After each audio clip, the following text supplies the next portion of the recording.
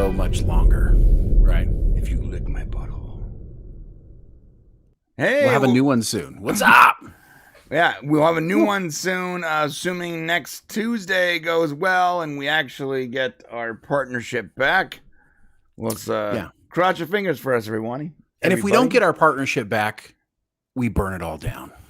Okay. I mean, I'm just talking about my room, Brian's room. Just burn everything to the ground.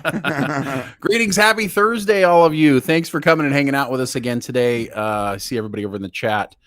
Going to have a great day today. We've got lots of fun. You know what would be cool is like if you did that to your armpit. Like, that would have been funny. What was that? This is my this thing that keeps my lungs open. I am sick, everybody. Oh, that's right. You're not feeling good, man. I'm sick. I got the bronch. Pretty sure I got stop the bronch. Touching children, honestly. I'm going. That's a weird thing to say. I mean, when they're sick. Yeah. So touch them when they're not sick. That's what. Yeah, that's what I heard. That's I'm going to the docs tomorrow, so I'll know exactly what's wrong with me. I've had too much caffeine this morning. I had to get up early. My family is actually at a camp out, and which about, I don't know, like 40 miles away. So I'm coming here in the morning, but I had to get up like 5 o'clock in the morning to be here. So I've had like a really long morning, like a weird, awkwardly long morning. So forgive me if I say some things that I probably shouldn't today. Yeah, that's every week, bro. It's okay. So what are we talking about today, Brian? We've got we have Stargate news, sort of, maybe. Sort of, hopefully, potentially. We're hoping. We're praying. We're on our knees. Please. It's kind of like one of those gut feeling things, right? Yeah, it really is. Someone messaged us on Twitter. Oh my gosh.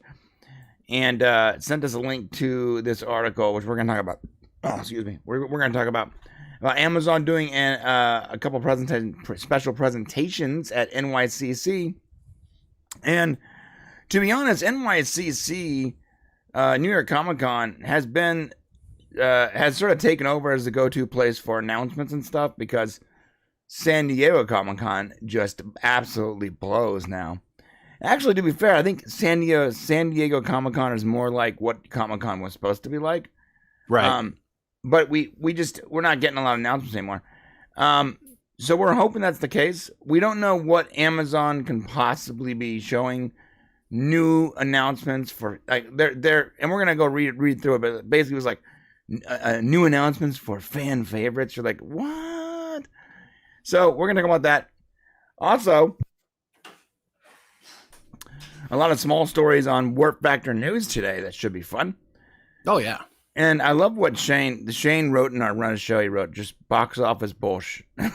No, I thought that was the name. Remember last week we were having problems with the name because you got mad at me because I called it box office breakdown or something like that, or what was it, box office news or something stupid? I don't know. I said I'm all in this week. Box office bullshit. That's what we're gonna call it. Can we do that?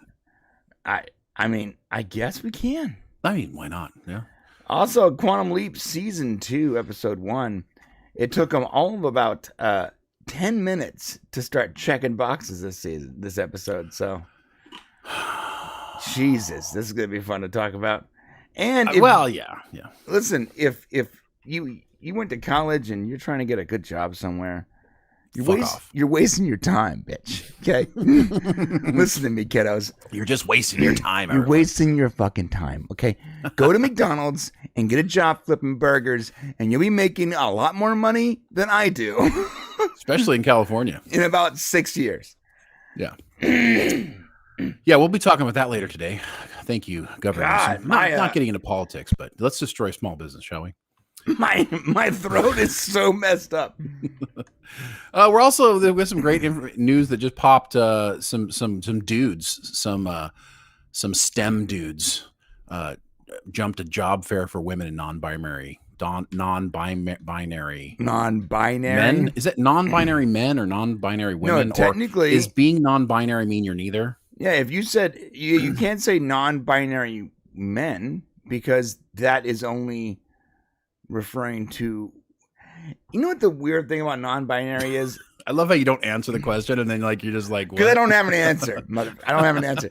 Here's what really makes no sense is when you're part of an organization that claims that there's like 78 genders or something, but then you say you're non-binary, which is implying that there's only 2 genders. Oh, yeah, because bi is 2. You're right. And you are not one of those binary genders. You're not one of those 2. Is that what that means? Because I have no idea. Right. As in you don't claim any specific gender. But they're part of a group that says there's like 78 genders. I mean, come on. I mean, just like a moment of sanity that's just completely unrealistic. Anyways, we'll get into it later. They should call themselves like non-multiverse. I don't believe in the multiverse of genders. I don't believe in the multiverse. I do not believe in I'm done with multiverses of genders. Purple-haired feminist and the multiverse of genders. That sounds like a great movie. And that's something we're going to be talking about today is what happened to all the great movies. So that's actually a good title for today's stuff. Brian, we have the Popcast Unleashed Stream Hero. If you can explain how that works so people know what to do, where to go. It's pretty simple. Top left is our health bar, which if you wanted to accurately describe what it really is right now, it would be somewhere in the red. I feel like I'm dying. And basically, when you donate to us with our off-site super chat option, which is streamlabs.com/thepopcastlive, you can see the link in the top right. It's also pinned in the chat. I'm pretty sure it's in the description. When you go there, you can support us and talk to us, and it will knock off health of the stream hero. And when you knock all the health off, which I don't think it costs very much to do, you're officially a stream hero. The longest person that's stream hero every stream gets one of our mystery boxes. Which it could be $3 or $100 worth of stuff, but you don't know. Nothing's $3. It's possible I just spit in the box. I was like, listen, if you're going to give him like a piece of gum, it's like $3 now. Yeah. No, it's not. We basically throw a bunch of cool stuff in a box and we send it out. And we have a lot of cool stuff. So, this is what it looks like. Just in case. Don't go to like some other, like, if you see like Chinese characters or like Russian text, you're on the wrong website. Okay, that's not it. That website's trying to steal your identity. But go to this website. If you see Samantha Carter, you're good. Yeah. Yes, and we want to also shout out to all the members in the chat right now. We've got August TV123 member for 2 months. Thank you for being a member, August. Is LD about to get canceled? McMahon implied it. Vortex. We're going to be talking about that today, guys. Yeah, I really hope. We did talk about it. It's like the only Star Trek I like right now. Star Trek Lower Deck showrunner did say that, and we're going to be talking about it during Warp Factor News. Thank you to all the members. If you want to be a member, it's actually the cheapest thing you can buy now. Like I went and got just a coffee from Starbucks this morning, like nothing special. It was $3.34. It's literally cheaper to be a member of our channel than to go get a cup of black coffee. So why are you going to Starbucks, dude? Like, because I was on the road, dog. Like, what am I supposed to do, huh? Like, you know what, bro? Do what I do. I took a Keurig and I hooked it up to a car battery, and it's in my car. You're that kind of guy, so that's cool. What I do is I just buy the K cups and I suck on them now. Swish it around in your mouth with a little bit of water. Anyway, so hopefully you guys are doing great out there, and as we get going the weekend, so let's talk a little Stargate. We don't get a lot of opportunities to talk Stargate. And we think now that the writer's strike is over, the actors are still striking, but this week we got some pretty good news. There was because they were continuing to meet, that signified that there was definitely some progress going on with the actors strike. So we're expecting kind of an end to that happen soon. But despite all that going on, New York Comic-Con is having its event on October 13th, which is only 8 days away, right, Brian? It's only 8 days away, yes. And as we talked about earlier, it's sort of the San Diego East version, right? I don't know which one came first, but San Diego came first for sure. I'm sorry. Okay, my brain just stopped, and I need to pull it up.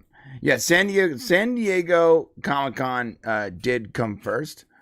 And at first, if you recall, Comic-Con was about comic books. Specifically, it was about comic books and buying and selling and, celebrating comic books.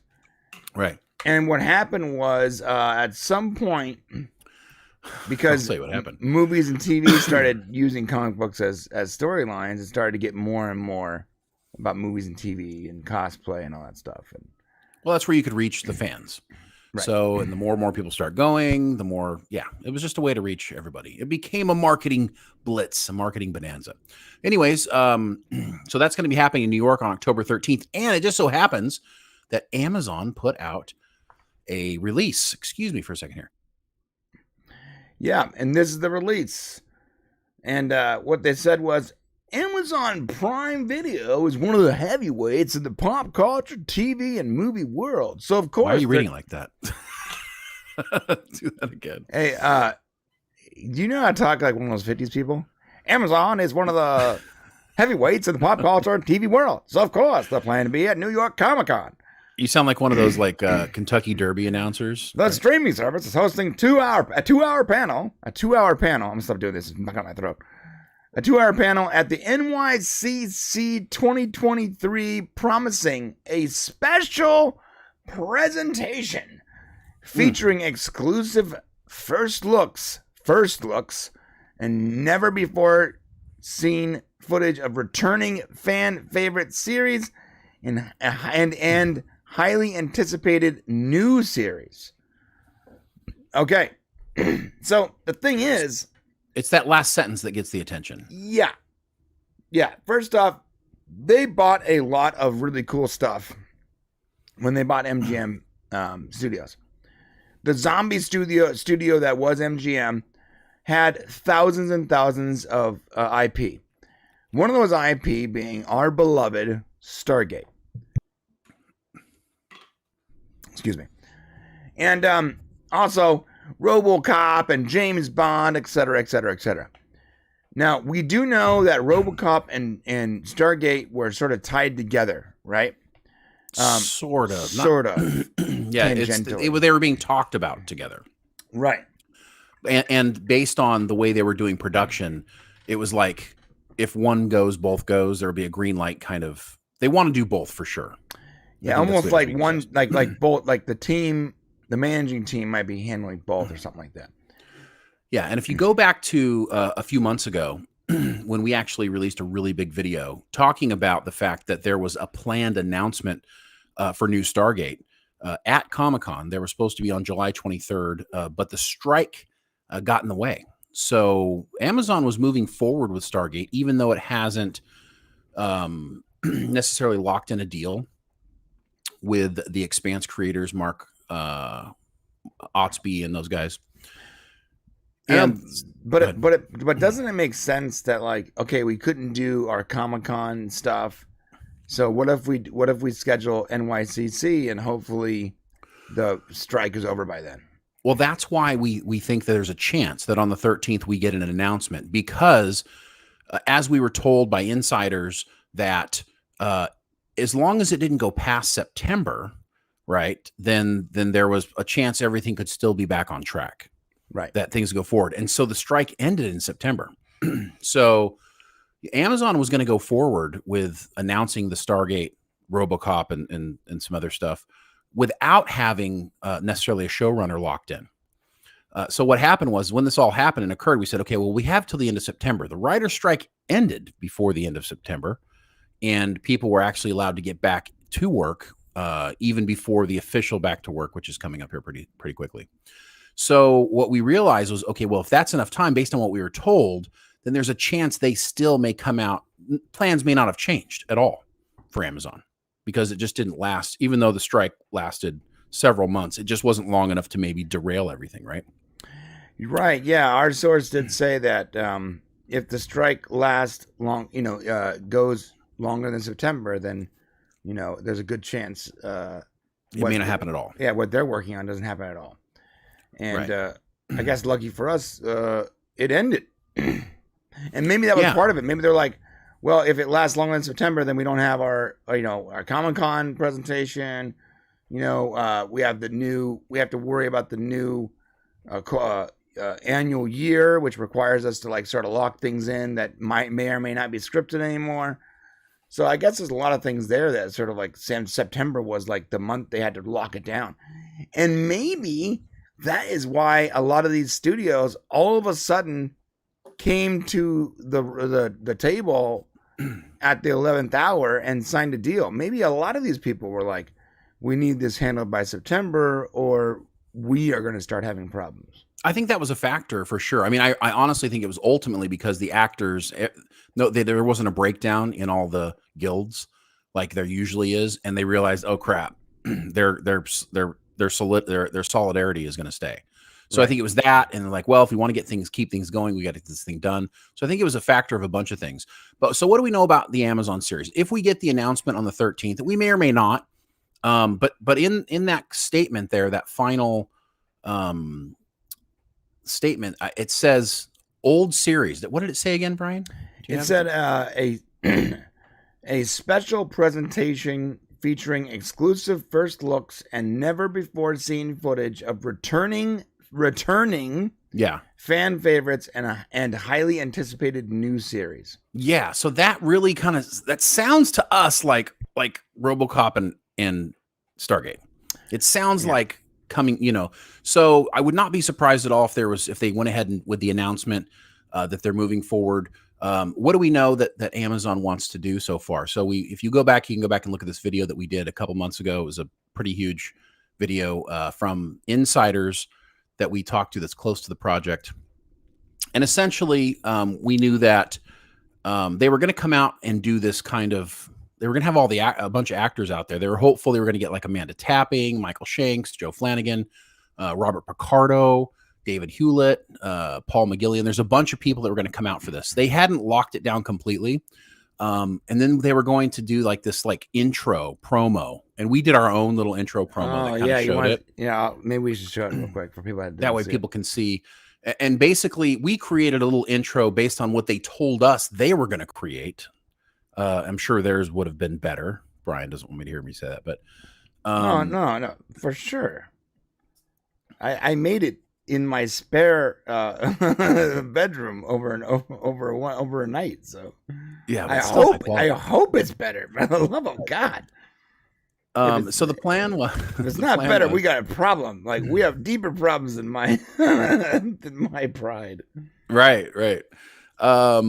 So what we did find out was that they weren't going to focus on Stargate Universe. So the idea was to actually have some sort of hybrid of characters. They were going to basically pick up where Stargate Atlantis left off. That's kind of where what we were hearing was the plan.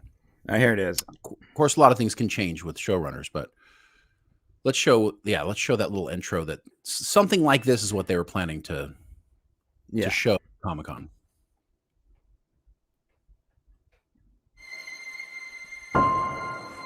You folks should understand that we're out there now.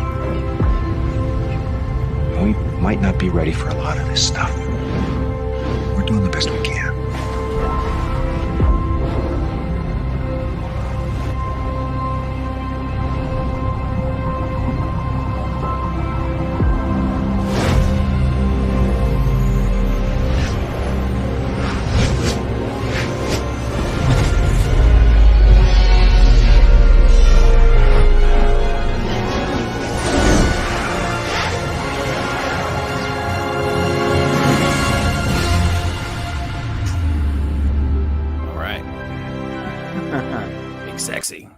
So essentially, if they do get things off the ground in early 2024, then we could have a release of 2025. And initially, we know that Jen Salke over at Amazon, who's in charge of programming, wants to do a movie first. And so the idea we heard was to have a movie that would then roll into a series, right? Yeah, and it's gone. So yeah, that was kind of the idea. That's what they wanted to do. Now the interesting part of it was Brad Wright. So the creator of Stargate really didn't have a hat in the ring. He submitted a script and they never responded to it. Like, he had a script in for a new series and there was no response. Right. So they kind of moved forward in this other direction. But based on the insiders that we spoke to, we were basically told that, hey, there's nothing saying that Brad Wright couldn't still do this project, but he needs to, like, get involved somehow. Like, he needs to throw his hat back in the ring, basically. Maybe do rewrites on his script, kind of get something more of what Amazon wants to do. And in defense of Brad, he would have had no problem making script changes if somebody had just told him they wanted script changes. So, we reached out to Brad and his people and people close to Brad, and said, hey, look, if you still want to do Stargate, and we want him to do Stargate, obviously, throw your hat back in the ring. And so he's actually been given several months. We're really hoping that he's punched up his script, got in contact with somebody over at Amazon, MGM Plus, and found out what they want in a new series. And hopefully he punched up something, submitted it, because he still could. And listen, why wouldn't you want the creator of Stargate on TV involved in a show that's going to be a continuation to some degree? At least that's what they're telling us, a continuation of what came from before, right? Why wouldn't you want him involved in some way? So fingers crossed. We haven't heard anything since talking to his people about that, but hopefully they're doing it. He wants to do it. Why wouldn't they do it? Right. Yeah. And we monitor these people on social media. We're like a shitty version of the FBI when it comes to Stargate. Except we're not working with the government, and we're not working or at least with one branch of the government, and we're not being paid. But we monitor a lot of the social media, the social media on like Twitter and whatever, Facebook. And since early September, most of the people that were on that initial list that our source gave us for Comic-Con in San Diego have been very quiet. It's almost impressive how quiet everyone has been. Well, and it's been hard with the strikes, because even people who were on old shows feel like they can't go on and talk about the show that they were on. So there was a lot of that going on. Right. That if you watch something, people talk about Star Trek, they're saying, that science fiction show with a ship in space. And I'm just like, come on, guys, really? Just say what it is. It's not like anybody's going out to watch new Star Trek right now. Right. The old stuff's still good. Yeah, what drives me nuts about that too is, like, first off, you're not fooling anyone. So if you are really so concerned about following the rules, well, then you're not really following them. A. B. Why can't you talk about what you've done in the past? It's so odd to me. And I know they go, well, we can, but so like, I'm sorry, is Tim Russ saying that he's on a current show? Because he was doing that too. Like, well, we can't talk about Star Trek. Tim Russ, you ain't working for Star Trek, homie. You could talk about Star Trek. Yeah. You could talk about Star Trek. He did? No, he worked for Star Trek. Yeah, he had the cameo in season 3, but you think he's going to be in another upcoming episode or season of something? Come on. We can hope for Star Trek Legacy, brother. I guess we can hope for that. You maybe he's following the rules just in case. Who knows? So what do you think, the chances are? I think the chances are pretty good that on October 13th, if Amazon's going to talk about what's coming, and they were going to talk about it several months ago, it was on the list of things to talk about. Why would it still not be on the list? Yeah, why wouldn't it be? Yeah. Like, if they were already planning on doing a some kind of event at New York Comic-Con, then yeah, I can understand canceling the event at San Diego Comic-Con. Mm-hmm. But if they were doing one at NYCC and everything ended, or at least the important part ended, why can't they do it? Yeah. Yeah. And so, I would say everybody just kind of mark your calendar and, maybe pay attention to what's going on there. Hopefully we'll get an announcement. And if we do, then we can maybe start, actively prying into what exactly we will have coming. It's one of the few. What's that? We will pry. Oh, we will pry. Yeah, of course. Oh, yeah. We will ask pry. a lot of questions. We'll be outside Brad's house digging through his trash just like we did Terry's. Well, I hope so, if Brad gets the thing. If not, we're going to Mark Ferguson Hot Otsby we know where you live, guys. We'll bother Brad and Mark or whoever's doing it until they're like, okay, fine, we'll come do your show. Right. Which is pretty much exactly what happened at Terry. Terry's like, look, guys, you can't be at my house all the time.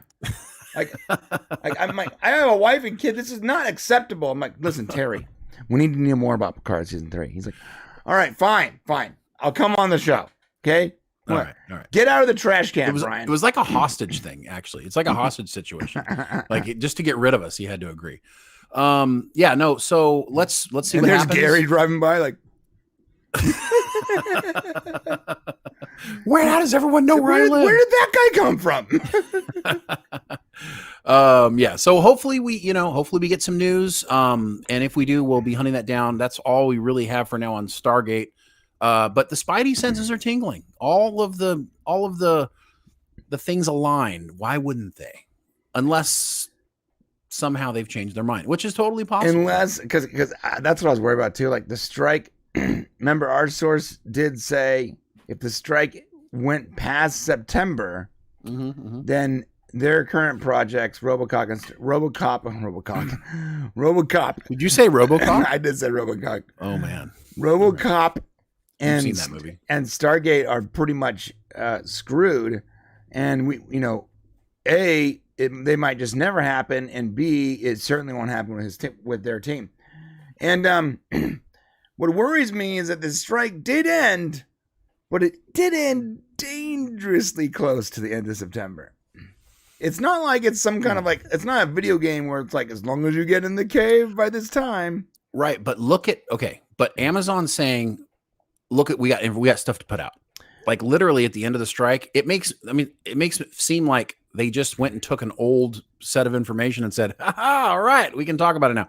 Because otherwise they would have needed more time to plan. Like if the plan wasn't to just go with the previous plan, then they're going to need more than a couple weeks to come up with something.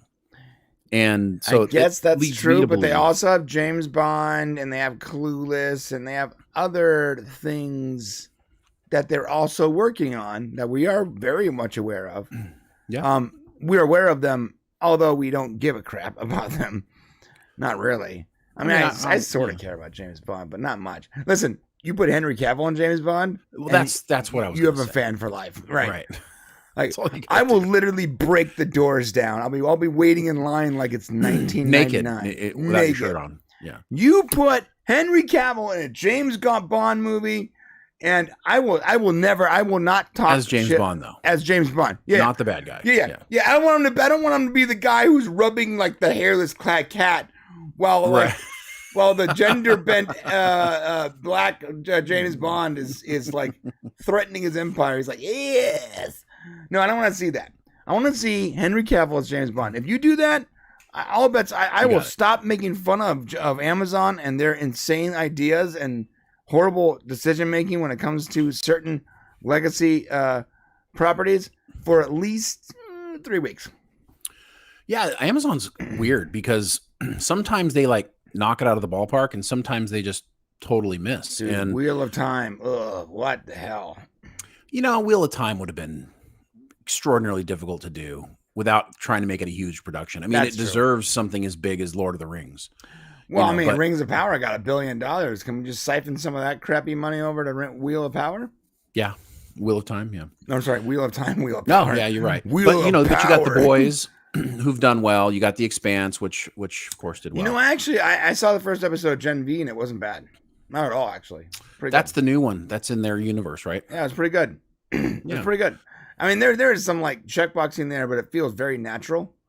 Like one of the characters is non-binary, but her power is literally changing between two different they're like shapeshifter. They switch from like a boy to a girl or a girl to a boy.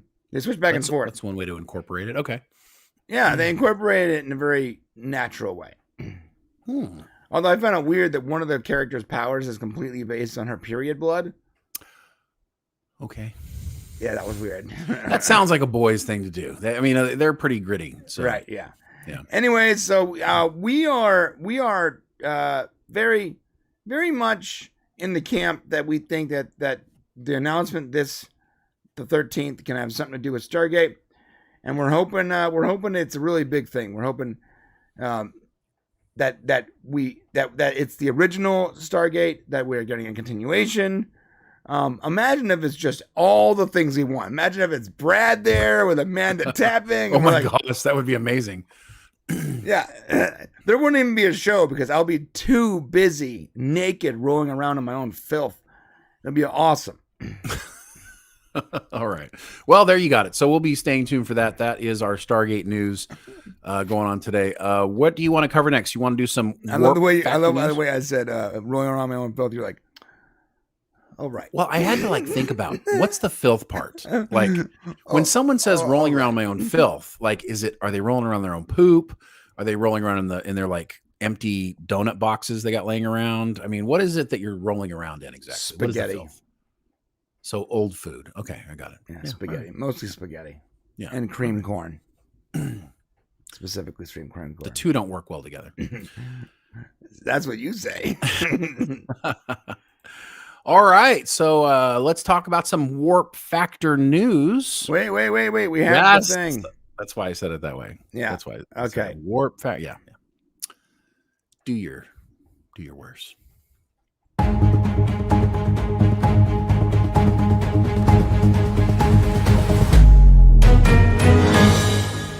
Warp factor news.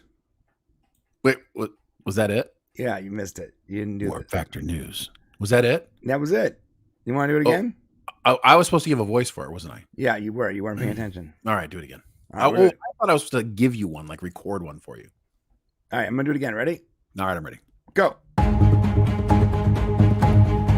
Warp factor news. You just got warped up. Get warped. Beamed. You just got beamed up. We're gonna work that out. We're gonna we'll do. We'll workshop that and figure out So I had the wonderful opportunity to, I got to tell you, I saw Rodenberry was on the Roddenberry. I can't help it. Every time. My name is Roddenberry. Rod. His parents, they're extremely creative individuals. His parents, of course, are Gene Roddenberry and I just totally drew a blank, but his mom was on Star Trek as she's the computer. The voice of the computer. Yeah. Dude, imagine if he's at Gene Roddenberry's at the hospital and they're filling in the name and he makes a mistake and he starts with his last name in the first name column. He's like, oh shit. Yeah. I mean, what I'm saying is he just stops and he just goes, I guess it's Rod and Roddenberry. the creativeness. I mean, what are we going to call our kid? I don't know. Rodenberry. All right. Anyways, who knows why parents choose names for their kids? Anyways, he was on the Shuttle Pod show doing an interview and I'm like, well, because he was supposed to be on our show, on our Raw Rant show, but because of the strike, everything got canceled. So Raw Rant, and then we got demonetized.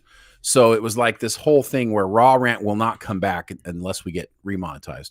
Anyway, so Rod was supposed to come on our show and we were going to do a whole thing. So now he ends up on the Shuttle Pod show, which is appropriate because Shuttle Pod is, of course, covering everything Star Trek. And I said, oh, well, let's find out what Rod might have talked about on our show. So I watched him. I'll take some notes. Maybe we can talk about some interesting things that he brought up, that he talked about. And, I'll be real frank with you. Rod Roddenberry seems like a super nice guy, but he doesn't really know anything about Star Trek, does he? He really doesn't. He's just kind of this ambassador for Star Trek, I think, because it was hilarious because they were telling him all these things about Star Trek history.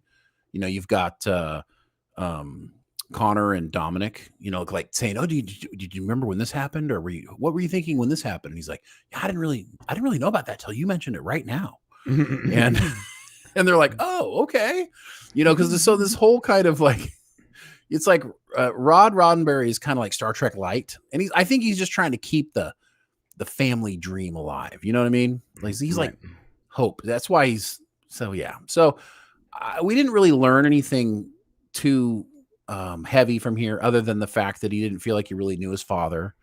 He didn't appreciate Star Trek when he was young, like most. I mean, I don't know. I guess when your dad is making Star Trek, then you probably don't care about it because that's the way kids work. Right. I was, of course, stuck attached to the TV from 5 years old on Star Trek and couldn't turn it off. Which is why, if you're a parent, you have to do a lot of drugs. So your kids don't want to do them. Was that your excuse? Is that what you told yourself? They do the opposite. So I mean, just kind of not a whole lot there. But if you want to go watch it, and you kind of, I mean, it is kind of funny and fun and stuff like that. But really, not a whole lot to give you from the interview, other than he's got himself attached to kind of new Star Trek, and he's going to be there to cheerlead it all the way through. So there's good on that. We did get some interesting stuff. So you're saying he's like a Star Trek cheerleader? That's exactly what he is. He's a Star Trek cheerleader. Fascinating. Yeah. He's not like a Star Trek historian, which makes sense because when we were trying to get him on the show, we wanted to have him and Otoy, which is the organization that's basically doing the Star Trek, website museum, right? That the Rodenberry Foundation is a part of, and he did not want to be on the show at the same time as them. So he's like, hey, I'm cool to come on, talk about Star Trek, my dad, blah, blah, blah. But I don't want to be on with the Otoy people because that's like something different. And I think the reason why is because the Otoy people are like, Star Trek Rain Men. They're like, so episode 302, right. Spock actually had a mole on his left thigh.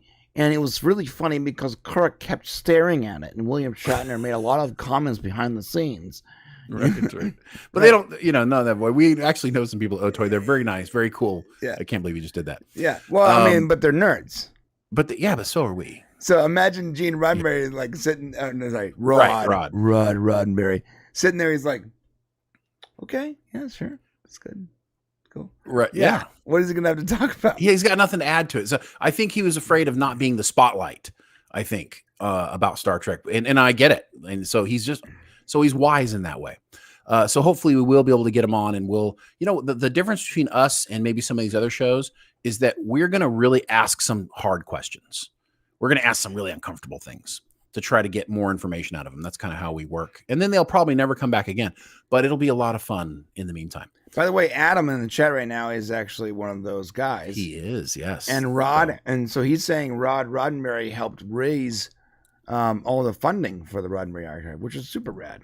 That's awesome. Yeah. And that's what I'm saying. He's a great cheerleader. He is an awesome, he is definitely, keeping the Star Trek banner going and trying to keep the legacy of his family going. And guys like Adam, and yes, some of the really appreciate all the work that you guys do, because I mean, listen, being able to have one place where you can have this archive of all the great Star Trek stuff, especially a lot of the legacy stuff that we're losing now, it's really a great thing for all Star Trek fans. So yeah. Also, cool. Archmage Frey is offended by my impression of him. I knew it. I knew that you sounded like somebody. He had a mole on his left nut. And, on his left nut. Well, I will tell you, I've been watching a lot of... And it looked like the Star Trek Starship Enterprise, actually, but not the Enterprise A, the original Enterprise, where the nacelles were slightly larger and off to where the there's left. no letter yet. And you can see if you examine his left nut here. You're not supposed to listen. You're not supposed to see his left nut at all. It was off camera. Yeah. So I've actually, it's funny. This whole last couple weeks, I don't know how I ended up down the YouTube rabbit or the down the rabbit hole of old like Merv Griffin interviews with like Leonard Nimoy and William Shatner. Like I watched a bunch of like old archival interviews, and I could not stop watching it, man. The old stuff is fat. Some of the stuff that people used to say, if you ever get a chance, go down the rabbit hole, look up like Merv Griffin interviews or some of those old, the Dave the Cavett show. There's some really interesting old stuff out there. Merv Griffin. Yeah, they used to. Did you know that I learned that the Spock ears on the TV show, they didn't have to worry about them being so perfect because the TV screen was so small. So, but when they went to do the movies, they had to take better care of what the ears looked like because the screen was so much bigger and people could see better. I thought it was very cool.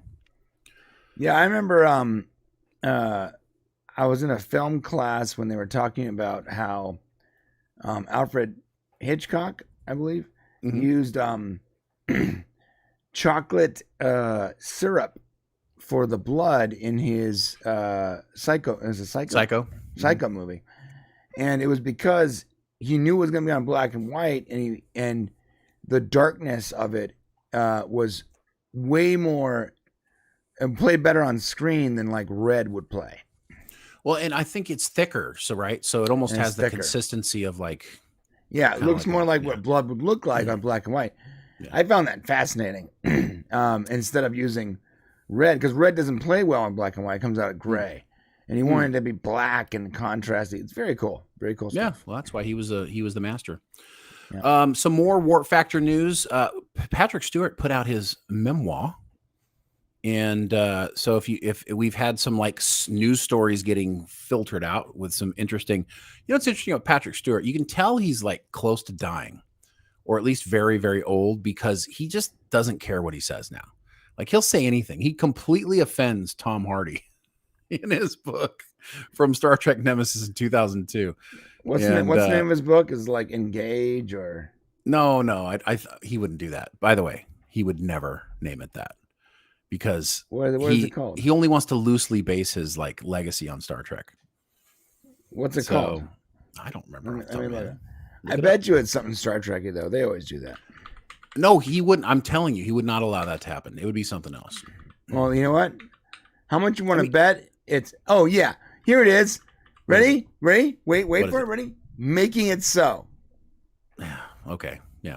Okay. He did it. Yeah. I'm actually pretty surprised he did that. That's the name of his book is called Making It So. Okay. So what you're saying is somebody got a big thing of wine, took it to his house and said, let me tell you why we got to say Making It So. Okay? Yeah, it needs to be Making It So. He goes, but I really want to call it My Homosexual Bulldog. Like, no, it's not going to work. No, you know what they did? The publishing company sent Terry Metalis to his house. That's how he got it right. But he's got Terry spikes his drink. He's like, listen, Patrick, here's what we're going to do. So apparently this actually really interesting story here about, and you're going to be seeing these filter in as if you haven't actually read the book yet, which I haven't had a chance to go through it. But I will. But he actually has these little tidbits of things. And the first one was about Nemesis. And Tom Hardy has become, at least he was heading into the place of being like A-list supreme actor. Yeah, I would say Tom Hardy's an A-list actor. He's a known name. Like I remember his name when I see his. Well, everybody known name isn't an A-list actor. That's true, but at some point they made an impression on the industry that allowed you to remember their name. Because like I still keep forgetting the name of the actor that's playing Superman in Superman Legacy. It's like, damn, what's that guy's name again? I don't know. I would say he became an A-list actor probably about the same time about Mad Max and some of the interesting Fury Roads, some of those things that going on. He ended up doing a few movies in there where he was like, super epic actor. But before that, there was Star Trek Nemesis, right? And he got pitched to do it. So here's what they had to say. Patrick Stewart says Tom Hardy wouldn't engage with co-stars on Star Trek Nemesis. There it is, engage. And he says he wouldn't engage. Listen, you can do this all day long, okay? I could. I mean, he's doing it, man. I don't know if he said. Let's see if he said it. Star Trek legend Sir Patrick Stewart isn't a fan of Star Trek Nemesis. Many of us are not, so that's okay. Among the problems he encountered was actor Tom Hardy, who Stewart claims was challenging to work with during their 2002 Star Trek movie. Quote, he said, Tom wouldn't engage with any of us on a social level. Stewart claimed in his new memoir, Making It So. Making It So. He never said good morning, never said good night. Does anybody say good night? That must be like an over the pond thing. I don't. How about goodbye? I don't say good morning. Good night. See you later. Catch you later. Yeah, I think I'd say see you later or catch you later, probably. I actually don't. I just ghost people and go to sleep. You just disappear. You know what you do? You disappear so that they can't try to talk you into staying. That's what you do. They're like, all right, well, I'm going to bed. And I go, offline. So he never said good morning, never said good night, and spent the hours he wasn't needed on set in his trailer with his girlfriend. Oh, well, he's a young man. Patrick. What do you think he's going to do? He said he was with the old guy. He's going to hang out with the old guy on the set. No, he's going to hang out with the hot chick in his trailer. He was by no means hostile, added Stewart. It was just challenging to establish any rapport with him. Also about the film, Nemesis, which came out in 2002, was particularly weak. I didn't have a single exciting scene to play. And the actor who portrayed the movie's villain, Shinzon, was an odd, solitary young man from London. His name was Tom Hardy. This is great. Listen to what he said. This is actually fantastic. As for Hardy himself, Stewart admits he never thought he would find such a long career. He said, on the evening Tom wrapped his role, he characteristically left without ceremony or niceties, simply walking out of the door. Stewart revealed, as it closed, I said quietly to Brent Spiner and Jonathan Frakes, and there goes someone I think we shall never hear of again. He goes on to say, it gives me nothing but pleasure that Tom has proven me so wrong. Although I will say that to have the last laugh, I do think that Patrick Stewart, and who knows what's going to happen with Tom Hardy in the future, but I do feel like he did the Venom movies, and I feel like he's been, I don't know, maybe he got tired, something happened. He hasn't really been, maybe he's taken a break since COVID. I don't know. He put a lot of effort into the Venom movies, though. Like it was his baby for a while. He was acting in it. He was writing it. He was doing a lot of work for Venom. He's probably on a hiatus. We will see him back again. The guy's a great actor. And I think it's funny that he just basically said, you know what he said? He's like, these Star Trek nerds, I'm going to come do my job and I'm going to get out of here. Of course, Star Trek Nemesis. We do have a video coming out pretty soon that's going to tell you exactly where Star Trek Nemesis falls in the all-time list of movies for Star Trek. So make sure you guys stay tuned. You're going to be shocked. It's number 1. Don't lie to the people. Yeah, when J.J. Abrams lied about who Khan was in Into Darkness, never lie to Star Trek fans, Brian. Yeah, that's true. Yeah, so there's that one. What was Khan? He was like Jonathan Mills or something like that. Oh, you Benedict Cumberbatch? Yeah. Oh, what was the name that he put out? Yeah. It was like John Harrison. Yeah, that's right, John Harrison. John Harris. Listen, the whole thing is stupid. So I can't wait till you guys see with a big list. We actually went through and did like this whole worldwide list building thing to find out like definitively which Star Trek movies are people like the most. And so we got this list like we did for the series, and that should be coming out here pretty soon. And it will shock you. Yeah, it was shocked me. I was surprised by the list. Yeah. We got some more Patrick Stewart news from his Make It So book. Make It So. He wished that he had Will Wheaton's confidence on TNG. Such a weird thing to say. Like he wished he had Will Wheaton's childlike confidence. You know, he would walk around with his penis out like it was no big deal. It's like, oh my God, that thing's huge for a 14-year-old. He would wave it around. He would say, "Look, I'm doing the helicopter, Deanna," and we were okay with it. You know, we were okay with it. It's always sexual, isn't it, Brian? But it got really weird when he kept caressing Jonathan Frakes in a way that made Jonathan Frakes very uncomfortable. But his confidence was oozing out of him. It was oozing out of him in the form of a manly release. Well, Will Wheaton was the only real movie star. I'm not going to give it any energy. I'm sorry. You took it too far. You know, when you turn it into a hollow novel, like your own sexual weird preferences, I just can't. I can't go there anymore. Get the biofilters going. That's so gross. Anyways, he said he wished. And I don't know if he's saying this because now he's had a different relationship with Will Wheaton. In his new memoir, Patrick Stewart discusses his issues with Will Wheaton and Wesley Crusher during Star Trek: The Next Generation. Yeah. He said, "I felt like the teen on the Enterprise concept was a little gimmicky, but I was also put off by Will's adolescent self-assurance. To me, he initially came off as cocky." Okay, so hold up there. So he felt that the teen on the Enterprise concept was a little gimmicky. Okay. It was. So I get it. Like you're trying to bring kids into it. Okay. But I was also put off by Will's adolescent self-assurance. So that means that Will Wheaton walked in there and was like, so how many movies have you guys done that were like really all about you? Because of course Will came off of Stand By Me. And he was, one of the main characters.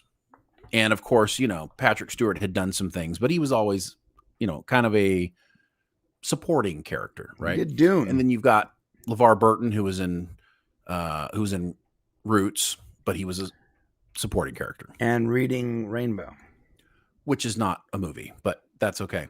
But of course, so I don't know. It sounds a little bit like Patrick Stewart was maybe like jealous. Is that the right word? Like, anyways, let's keep reading. I think he wanted to get it in there so that Will would tweet about it. We didn't have Twitter back then. Oh. No. I think that in his book, he wanted to make sure there was a small section about Will in the book so that Will would tweet about it. I think it's also making reparations, like with people, maybe, with certain people.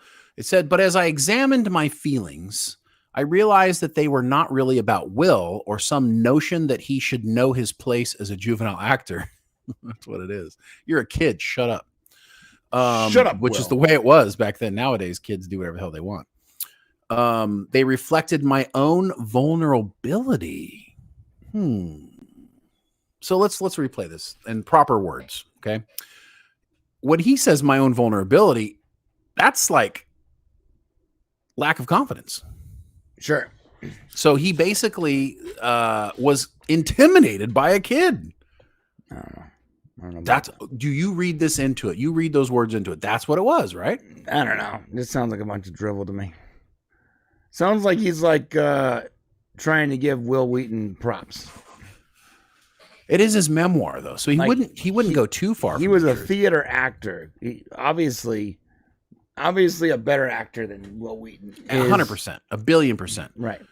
Always a better actor, and as it would turn out, Will obviously didn't go too far. Maybe he is dying because he's like, I gotta get this memoir out and tell everyone how much I love them. And can we do one more Picard movie? He just wants now. It's so funny that now he's like all about doing it, right?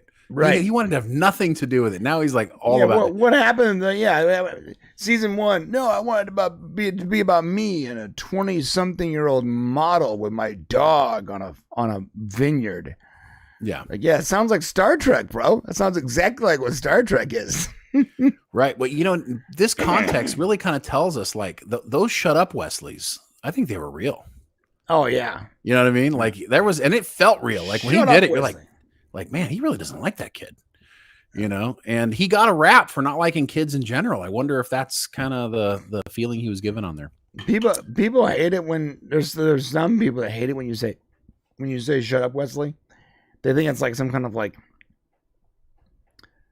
I don't know, slur or whatever toward Will Wheaton. Yeah. And let me tell you something to those people. It was. It is a slur. Okay, we don't like the guy. He sucks. No, it was a slur when he did it. It was a slur from the beginning. Patrick Stewart meant it as a slur. Like, oh, you're going to give me this line where I get to tell this kid to shut up? Oh, yeah, it's coming. Shut up, Wesley. Even Beverly got to say. Yeah, a few people got to Gates say it. McFadden. Yeah. Yeah. I had a montage once where it had like 13 people saying "Shut up, Wesley" on the show. Yeah, a lot of people That say many it. people. Maybe not 13. Maybe I'm being hyperbolic, but a lot of people. Yeah. All right. So that was it. I mean, there's no real from response making yet. it so. You'll be getting the Will Wheaton response here soon, I'm sure. He takes every opportunity to talk his about name is himself. brought up. Right. Yeah. Oh, I heard I was in Patrick Stewart's book. No, I think what he's going to do is he's going to be like, I had no idea. I thought you all hated me. Yeah, that's what he's going to cry. He's going to cry on air or something. So. All right, where are we at now? We're talking about, I don't know, actually. Oh, Lower Decks. Let's talk Lower Decks. Yes. Okay. Yeah, it looks like Lower Decks showrunner casts doubt on the series' future. Yeah, it's interesting. This guy doesn't have a ton of experience talking to the public. And I would say it probably wasn't smart what he said. Okay. But it's realistic. Here's the quote. I would say nothing is safe.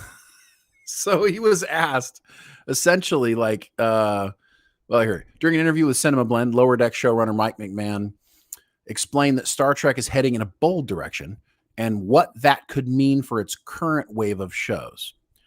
And what he said was, yeah, I mean, listen, we're in weird times. Everything is changing. I think everything's going to continue to change. I would say nothing is safe. I don't have any bad news for anybody, but also I think you shouldn't assume that this stuff is going to stick around unless you're vocally and watch it early on. I don't know what that means. I think what he's saying though is you shouldn't assume that the stuff is going to stick around, and that you should basically consume it now because it could be just removed from the site. Yeah, and don't watch it as it's being canceled and be like, why is this being canceled? It's so good. Well, it's too late. Yeah. Now. And I got to tell you, this is like, I've never been more like concerned about not having some sort of, hard media. Because, if you want to watch Prodigy, tough, like it's not going to happen. It's not available anywhere. Right. Right. So, well, it's on the high seas right now, but yeah. But legally. Right. Right. I tried to put on Breakin' for my wife this weekend. I wanted it. She had never seen it back when it came out in the 80s. And I'm like, oh my gosh, it's hilarious. Like instead of gangs fighting, they dance off each other. And it's fantastic. Right. So I'm like looking for it, but guess what? It isn't available anywhere. So, there's things that you can't get. I couldn't find it. And so, what he's saying here is, hey, watch every episode when it comes out, because you never know if they're going to be like, you know what? This isn't making us enough money. And I find it interesting, and I'm sure he's going to get talked to about this, because the fact that he said that, I mean, he's not saying that this is the case, but him saying this makes me think that he's nervous that could happen to the show. Yeah. You know what I'm saying? Like, why would he say it unless he thinks it's potentially possible? Yeah, and you know what? I Lower Decks has really grown on me. It's a just sort of a fun. If it's a fun episode, I saw the most recent episode where they had where they went to the Ferengi homeworld or something like that, and they had Quarks, the Federation experience. And I read that a lot of a bunch of the writers got together and actually watched the closing of the Star Trek Experience, the documentary about that. Mm. The one that I'm pretty sure Robert Meyer Burnett worked on. Yes. And so they watched that together before writing this episode so they can get the right tone or whatever and aesthetic of the of Quarks. And I find that really fascinating that these people not only are watching the original episodes of Stargate, all the different Star Trek, mm-hmm. all the different Star Treks in order to create like all these meaningful relationships. They even watched the documentary about the closed Star Trek experience in Vegas so they can accurately understand that. Meanwhile, you have Discovery writers who to this day have still admitted to never watching any Star Trek outside of Discovery. Well, but okay, but here's the contrarian point, which I would say, like, Lower Decks that's what they're doing. Like, they're deep cut Star Trek stuff. So if they aren't like really aware of that kind of stuff, then their episodes would come off weird, because that is kind of the good thing about watching Lower Decks is you can kind of get this inside look at the history of Star Trek a little bit, even though it's from like this, wacky, zany point of view. Right. So they kind of have to know it. And I'm not saying Mike isn't a fan of Star Trek. He probably is. But the Discovery folks, they're out there just writing their own science fiction shit. Like, they don't, their marching orders aren't, when I was working on this movie thing, I was really impressed because Harv Bennett, who was the executive producer for Star Trek's 2, 3, and 4, he had never watched Star Trek, and but he was hired. He was told by parent, listen, you're gonna take care of these Star Trek movies. And the first thing he did before he did anything else is he sat down and he watched all 78 episodes of the original series. Like, they're on the lot, like put them on and just boom, one after the other, watched them all. That's awesome. And when he got to Space Seed, he went, wow, like, Khan's the best bad guy the show ever had. That's who has to be the bad guy. So that's how we got the Wrath of Khan, was because Harv Bennett made sure he knew what he was talking about before he did it. And of course, this is the guy who created the $6 Million Man, a bunch of those TV shows back in the 70s. So, whether you realize it or not, if you're a writer on these shows, and we're going to talk about it more when we talk about box office bullshit. If you're a writer on these shows, it would behoove you, if there is history, to go back and do what Mike's doing, learn as much as you can so that you can write the best thing that you can, because Star Trek fans who are watching your show are going to appreciate that in your writing. When you include things that are deep cut, they're like, oh man, they included those guys. Oh, that's cool. Archmage Frey says that the creator of LD only got a job in Hollywood because he ran a Star Trek Twitter account. No, that's awesome. Well, good enough, man. That's good to know that can happen. Yeah, no, I'm completely with you on that. And I want to ask him to watch, all 150 episodes or whatever. Like, it's tough. Yeah. Watch the episodes that are relevant though to what you've been asked to write. 100%. Yeah. If something's connecting to, whatever, and because of the time we're in now, you can easily say, what are the best Vulcan episodes? What are the best Klingon episodes? I mean, it's all out there. Yeah. You can literally ask AI to be like, give me the top 10 Klingon episodes of Star Trek, and it will spit something out that you can look up. It's not even that much effort. And there's there's YouTube videos and lists, and you don't even gotta watch the whole episode. You just gotta go do some research, man. Yeah, give me the best Kelpian episodes of Star Trek, and then it comes up with nothing, zero. Yeah. You ask ChatGPT the best Kelpian episodes of Star Trek, and your entire computer turns off. Never mind. Yeah. Anyway, so very cool. We got one more. I thought this was fun because not that it's necessarily super newsy, but because we're waiting for Star Trek Legacy. And as we've talked before, like, we think Star Trek Legacy is the best chance of Star Trek going forward. We know Strange New Worlds is not going anywhere because they got their attention, they got their views. And I know that the studio is pretty happy with that right now. And it's possible that they could shit can everything else that they had planned and perhaps just do Legacy. Paramount is in a lot of financial trouble right now. Right. And they're in, and it's just going to get worse. I hate to tell you, everything's going to get worse over the next 6 to 12 months. The American economy is just going to continue to go down. And, Paramount is not going to get in a better place. So this is what the Mike's end. talking about. The only friend. No, well, this happens every couple decades. It's not the end. But so what Mike's talking about is, you could see them trying to cost cut in a lot of different places, which means you could have very limited. You could have limited Star Trek on Paramount, like, instead of a lot of new stuff. So Strange New Worlds is going for a season 3. But hopefully, if they do decide they can afford to do something else, it would be Star Trek Legacy. And Jonathan Frakes has come out with his Dreamcast for Star Trek Legacy. Dreamcast. Yeah, you want to break it out there, Brian? My Dreamcast is I want to recast Amber Heard with Halle Berry, but I want to go back in time and get the Halle Berry from Swordfish specifically. What are you talking about? I mean, it's a Dreamcast. No, why Amber Heard? Like, when you do like a dream fantasy cast of basketball players or whatever. Sure. Like, but why did you say Amber Heard?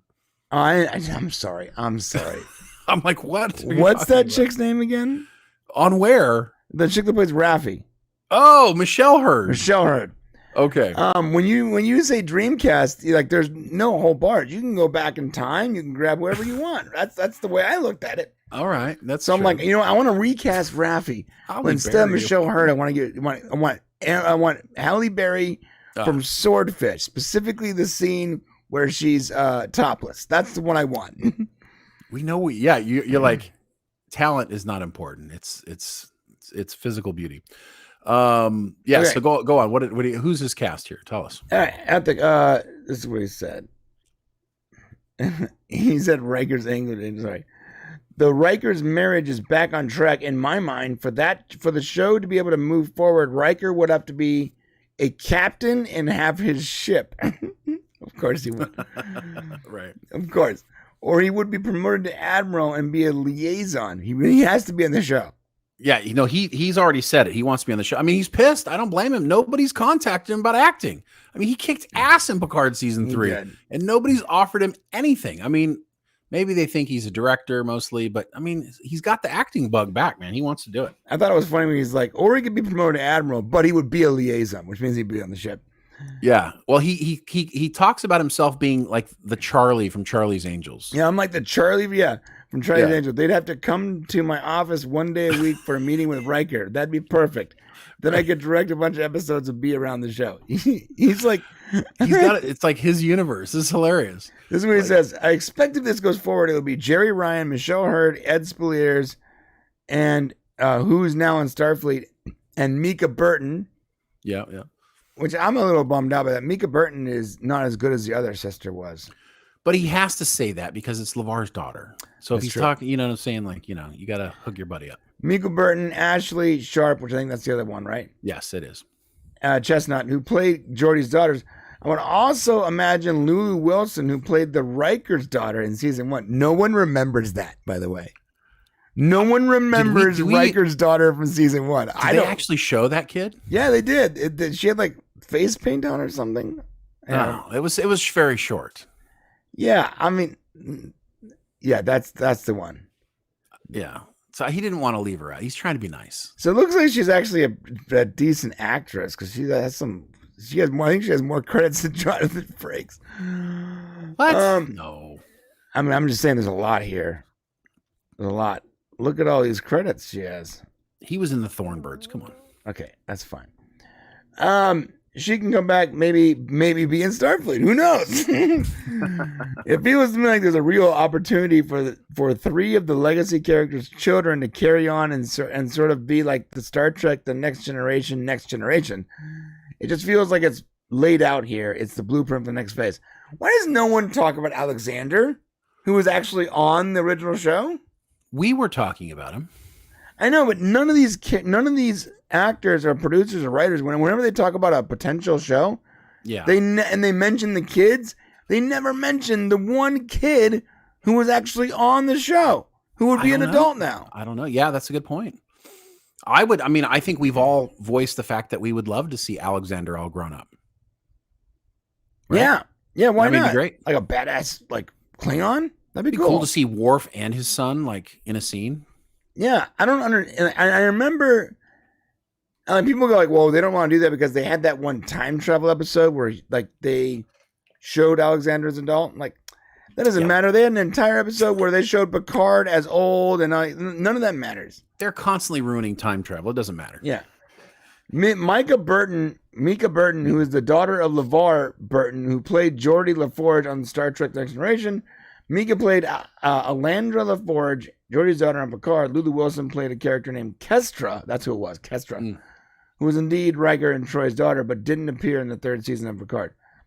Yeah, listen, no one remembers Kestra. So this isn't the dream list. No, it's his. I'm being nice list. This is his. I need to be a part of this series list. and if he gets Lulu Wilson, aka Kestra, on the show, then that just further solidifies the fact that he needs to be there because that's his daughter in the show. Makes sense, yeah. Okay. That's his. Listen, guys, I didn't want to direct. I want to act. I want to write. I want all the budget for this show. Okay, let's get rid of Patrick Stewart. Don't even bring him back. Okay, let him retire on that vineyard with his 22-year-old model friend. And I'll be the admiral that has his own office on board the Enterprise where they have to come to me when I'm feeling like acting. This is not the normal dream list. Listen, I would definitely keep Alicia Sharp Chestnut, obviously Jerry Ryan and Ed Spaliers. If I'm gonna be honest, and I met Michelle Hurd, and she's very nice. She's a very, very nice person. But we don't need her on that show. We just don't, I don't mind her being on the show as long as they're not in a relationship. Yeah, that's just a bummer. Can't have that. And that's not like an anti-lesbian thing. That's an anti-stupid. It's stupid to have bridge officers in a relationship on Star Trek. Well, and it's I will argue that it was unearned from the beginning. Right. So they never earned a relationship, and we know how it came about, and it was bullshit. So it isn't anti-gay, it isn't anti-lesbian, it's anti-writer. Earn your shit. If you're gonna stick that out there and be brave enough to do it, you better make sure that there's some sort of logic as to how it occurred. So, which it did not. Yeah. Let's real quick. We have a $20 super chat from No Money G in the member section. Thank you so much, No Money G, for hooking us up. He says, writers were different back then. I know they always said they wanted non-Trek fans to make Trek. That might have worked in the past, but they need to bring in actual Trek fans and the knowledge of canon in. Could not have been said better. That is what made Star Trek great. Most of the writers who ended up rising, like the cream rising to the top, were Star Trek fans who had watched TOS and desperately wanted to write for TNG. Some people so desperate enough that they were willing to break into the studio and leave their scripts to be read, because back then they said they encouraged fans to.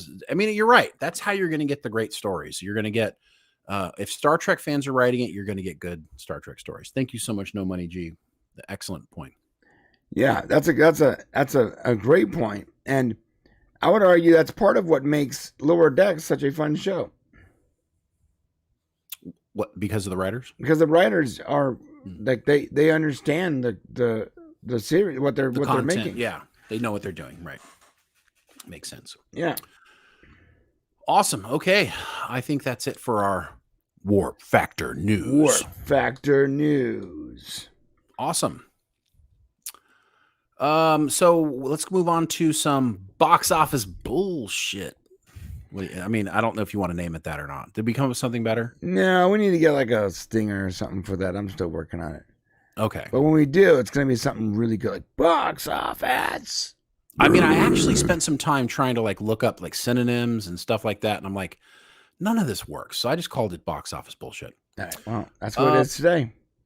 And there's maybe a couple reasons why you might call it bullshit. And we're going to talk about, I want to talk about the weekly stuff here first, but it's kind of bullshit that we haven't had a great movie in a long time. And we're going to go through that. Amen to that.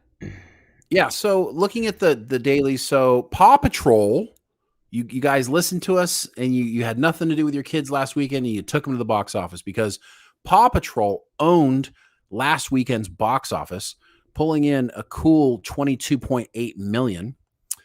Saw 10 couldn't hold it candle to Paw Patrol, coming in at 18 million. The Creator, which we're also going to talk a little bit about, at 14 million, and The Nun 2 holding in there barely.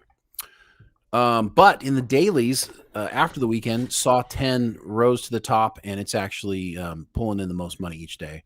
Have you watched any of the Saw movies, Brian? I saw the first one. Okay. Years and years and years ago.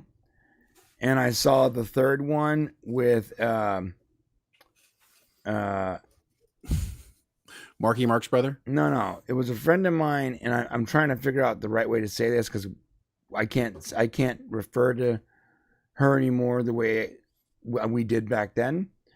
But my friend was this Asian girl who used to be a guy, and I'm not even sure what the right thing was. But and I'm only mentioning this because it was really funny what she mentioned. So her name was Lori or something like that. She was a guy. She transitioned into a girl. She actually looked very much like a girl, but she still had the deeper voice. This Asian chick, and we went to go watch it. Me, her, and her sister, and her and my business partner at the time, Chris Chu, and we were in there watching it. And I'm never gonna forget this because there's a scene where someone gets like an appendage cut off, and and she goes, "I know what that's like." No way, really? Yeah. Oh, so she had the full thing done. Yeah, and I laughed so hard, and I was like, you know what, bro? We're gonna be friends for a while because she had no problem making fun of herself and just a very, very fun person to be around. And I'm hesitating what I'm saying because back then we can refer to her differently than I can refer to her now, and I don't want to get re-demonetized. Got it. But she had jokes the entire time, and I don't remember anything about the third movie because I was sitting there laughing as she was just firing off joke after joke after joke in relation to her own life's journey. Got it. And just a quote from Archmage Frey here. Brian's friend from Thailand? Question mark? She was actually she is actually Taiwanese. Okay, Thailand. And so different place. In a different place, but close. Yeah. I'm still in contact with her. When my old business partner wrecked me and stole like $8,000 from her account and disappeared, she was the one that helped me track him down because she was friends with his sister, and I tracked him down and I stole his car. All right. I held his car hostage until he gave me $2,000 of the money he stole. And the whole time, Lori was in the car laughing at him. She is actually a really, really fun person to be around, but she never mastered the girl voice. So you look at this person who looks like a girl in every sense of the word, but when she talks, her voice is as deep as mine. Got it. Yeah, but the joke was Thailand. Remember the Thailand joke? I do remember, yes. Okay, yes. That was my friend from Thailand. Your friend from Thailand. My brain is not 100% right now. That's funny, actually. Yeah, don't hold Brian accountable, guys. Releasing this weekend, if you're interested in checking it out, is The Exorcist Believer is coming out this weekend. It has not seen good reviews, folks. Unfortunately, it's sitting at 21% on the Rotten Tomato meter, 117 critic reviews, 21%. Critics do not like this movie, but based on the previews, there's some serious horror stuff going on. So if you're looking for something new to watch, that is what's coming out this weekend. Am I in the wrong page?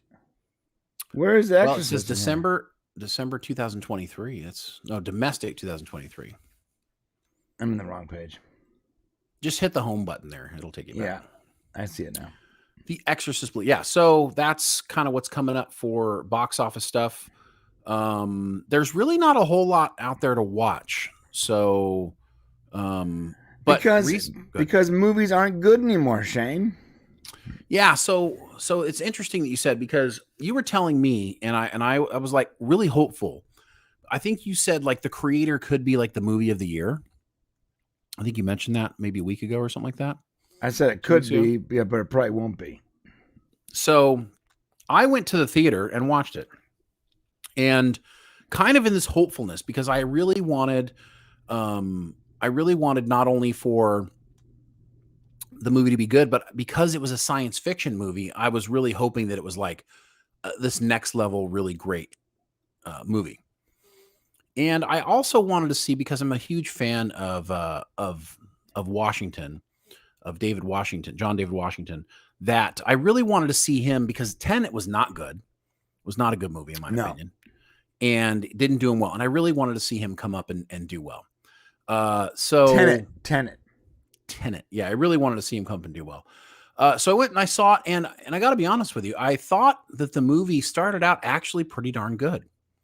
It was interesting. It was very science fiction. Of course, it's about AI and how in this universe, I couldn't tell if it's supposed to be our universe or if it's another universe, because they spend the first few minutes of the movie showing you like decades of history using robotics and how like robots helped us in the home, and then when you actually get to the movie, it's 40 years, it's like 2068 is when this happens.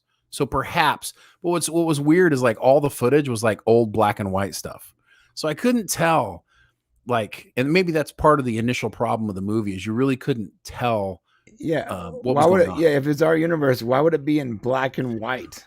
Right. So immediately, because I'm a logical person, I'm sitting here going, okay, this is obviously not present day. This isn't our Earth we're talking about, or our future. Also, on any universe, if your past, if you have this sentient robots cleaning your house, when they started doing that, your past would not be black and white. I mean, like the normal trend, like technology path would eventually lead to color way before it got to AI. You would think so, but they wanted to show like that it was historical in some way. So it was kind of like almost like these 50s set. It was very weird. It felt like old 50s commercials where the kitchen of tomorrow, that whole feel. Yeah, I understand the stick. Yeah. So it kind of comes out. You find out in this movie, and there's a few spoilers here for anybody who hasn't seen it. Just heads up. You find out that the AI dropped a bomb on Los Angeles. Did a really fantastic job. The visuals on this movie are freaking stunning. Right. Not a big surprise since the cinematographer from Dune is also the guy who did this movie. Of course it is. So I get that, and it makes a lot of sense. Even showing like Los Angeles with this giant nuclear crater where a bomb went off, they show it. It's really cool. It's a Gareth Edwards film. And of course, you can go back and look at some of the work that he's done, like on Rogue One. He's got some actually really good stuff that he's done. Okay. And I think that he wanted to do a really good job with this movie, the creator. I think John David Washington, there's a moment where you think he's going to come into the role, but then as the movie elongates, it just kind of never finds itself. And you never really find his full potential, I think, in the role. And so it kind of becomes interesting. And there's a couple of weird things that don't make sense. His parents were killed. His family was killed by this bomb in Los Angeles. They couldn't get out. And he's like a special forces guy who lost his arm and a leg, apparently during the bombing as well. So he's supposed to like really hate these AI that we see in the film, but yet he's been embedded with them as like an undercover agent, and he spent like perhaps years with them. He's got like one of the girls pregnant, and he's gonna have a kid with her. Wait, and you got an AI pregnant? It wasn't AI. It was a human. Oh, but he's with this AI family, like all these AI people that he's spending like all this time with. And it's weird because he has this like huge bias against the AI, even after after he ends up getting out of this initial undercover thing. And so there's a couple of things that just don't make sense with the movie. Right. Like you're like, well, what's the character's motivation here? Why would he think that? And then you have that typical plot where, you've got the baby Yoda, the Last of Us, it's the professional hero guy, right, and the little girl that needs to be saved. Right. So it's like typical story. So while the creator, I think it's a movie that actually lost opportunity, because if they had just had good writing, I think this movie was salvageable. I think they were so concerned with the visuals, and they did a stunning job of doing it. But if they had really gone in and said, well, let's write a story that's creative. I mean, I was getting like Star Wars vibes. I'm like, oh, okay, so the USA is like the Empire, right? And these AIs are like the rebels, right? So it was like this hodgepodge of different science fiction genre films or shows or movies. And it didn't feel like there was anything truly original except for the artwork. I mean, of course, you got that scene where, the AIs, you can see through the ears, right? And it's like hollow back there, and you can just see the front of the face. Very cool stuff. It had a very Blade Runner feel. It just feels like he borrowed from a whole bunch of things. So what could have been an incredible movie kind of ends up being this okay movie that's like feels like a regurgitation and nothing really truly original. So, yeah, and from what I gather, boring. It was slow. I mean, it was slow. There's worse slow movies, and it starts out strong, but as we advance some years into the movie, it just gets weirdly, drawn out. The relationship between the hero and the AI child, you don't truly understand why he changes his feelings about AI. All of a sudden now he's very protective, and it happens prematurely, I think, before there's really a developed relationship. Right. So there's just flaws, and it's all writing flaws, and there's no excuse for it because, we want things to be visually appealing. It's incredibly important that we do so. But at the same time, if the story isn't strong, isn't good, then it doesn't matter. And this got me thinking, like, what happened to all the great movies, Brian? Oh, Like, they're gone, Shane. They're gone. I mean, it's a good point. I'm going to go through them here. So in 2023, for me so far, and you tell me what you think. For me so far, like, the bar is Dungeons and Dragons. So far in 2023, despite these various blockbuster movies, Dungeons and Dragons is like the best movie of the year for me so far. And Right. we're in October. Right. Okay. And so if you go back to 2022, right, you've got the best movies of the year for me were Top Gun Maverick and Bullet Train. Those were the two good movies. But were they great movies? Like, Top Gun Maverick was great seeing, Maverick after all these years, seeing a Top Gun 2 essentially, but it was more nostalgic than it was like just an incredible movie. And while Bullet Train was cool and had lots of great effects and some good acting, I wouldn't consider it a great movie. Right. Right. You roll back to 2021, you got Ghostbusters Afterlife. You got Free Guy, which was unique and different. My favorite, Sing 2, which was my favorite of the year. And but they were good movies, but they weren't great movies. They weren't great movies. They were just Right? good. No Right. great movies. Go back to 2019. Go back to 2020. Fantasy Island was probably the best movie of 2020. The Blumhouse version? Yeah. I mean, That was I looked liked at the him movie, closely. but that was the best one, really? I looked closely at there wasn't a lot of, it was because of COVID, Right. obviously, tough year. But I looked at it, I'm like, I think this is the best movie of the year. And it's not a great movie. Yeah. I like Now, the let's movie, go- though. But it was good. It was good movie. So let's go back to 2019. Okay, here's the movies that came out that were good or great. Endgame, Oh, yeah. Joker, Yeah. Knives Out, Yeah. Rocket Man, A Beautiful Day in the Neighborhood, Uncut Gems, Jumanji: The Next Level, Once Upon a Time in Hollywood, Ford versus Ferrari. Are you getting what I'm saying here? Yeah. There's a lot of good Look movies. at all the movies that came out. Now, Joker, to me, was probably the great movie of that year. Oh, Endgame was. Endgame was the culmination of a bunch of movies. Right. I don't know if Endgame by itself was a great movie. Yeah, but it was a masterpiece, so. It had one of the great movie lines, probably of all time, with the on your left. But The callback. I don't know Best callback of all time, for sure. yeah, but I don't know if it was it definitely wasn't by itself the greatest movie. Yeah, Joker was pretty good, though. Pretty good. Joker was, like, epic. Epic. I expected to not care, and I really enjoyed that movie. Right. So when you go back and look at all this and you see, like, I was mentioning one or two movies maybe in a year that were like kind of good. Right. And then you go back to 2019 and there are literally like 8 or 9 movies that were like, that were really, really good movies, if not great movies. Right. So what's happened? Are we on this COVID hangover? Have the studios, did the time off ruin writers?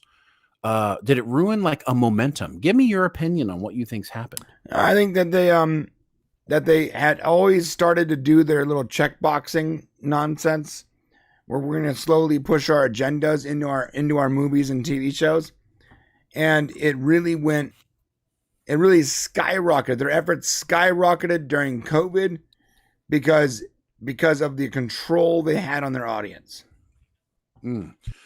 Is it because people sat at home and they didn't have a whole lot to do and they got stuck in their own little echo chambers and become worse versions of themselves, do you think? I don't know, but it's like, it's everything now. Everything has some kind of social agenda baked in, and you can't get away from it.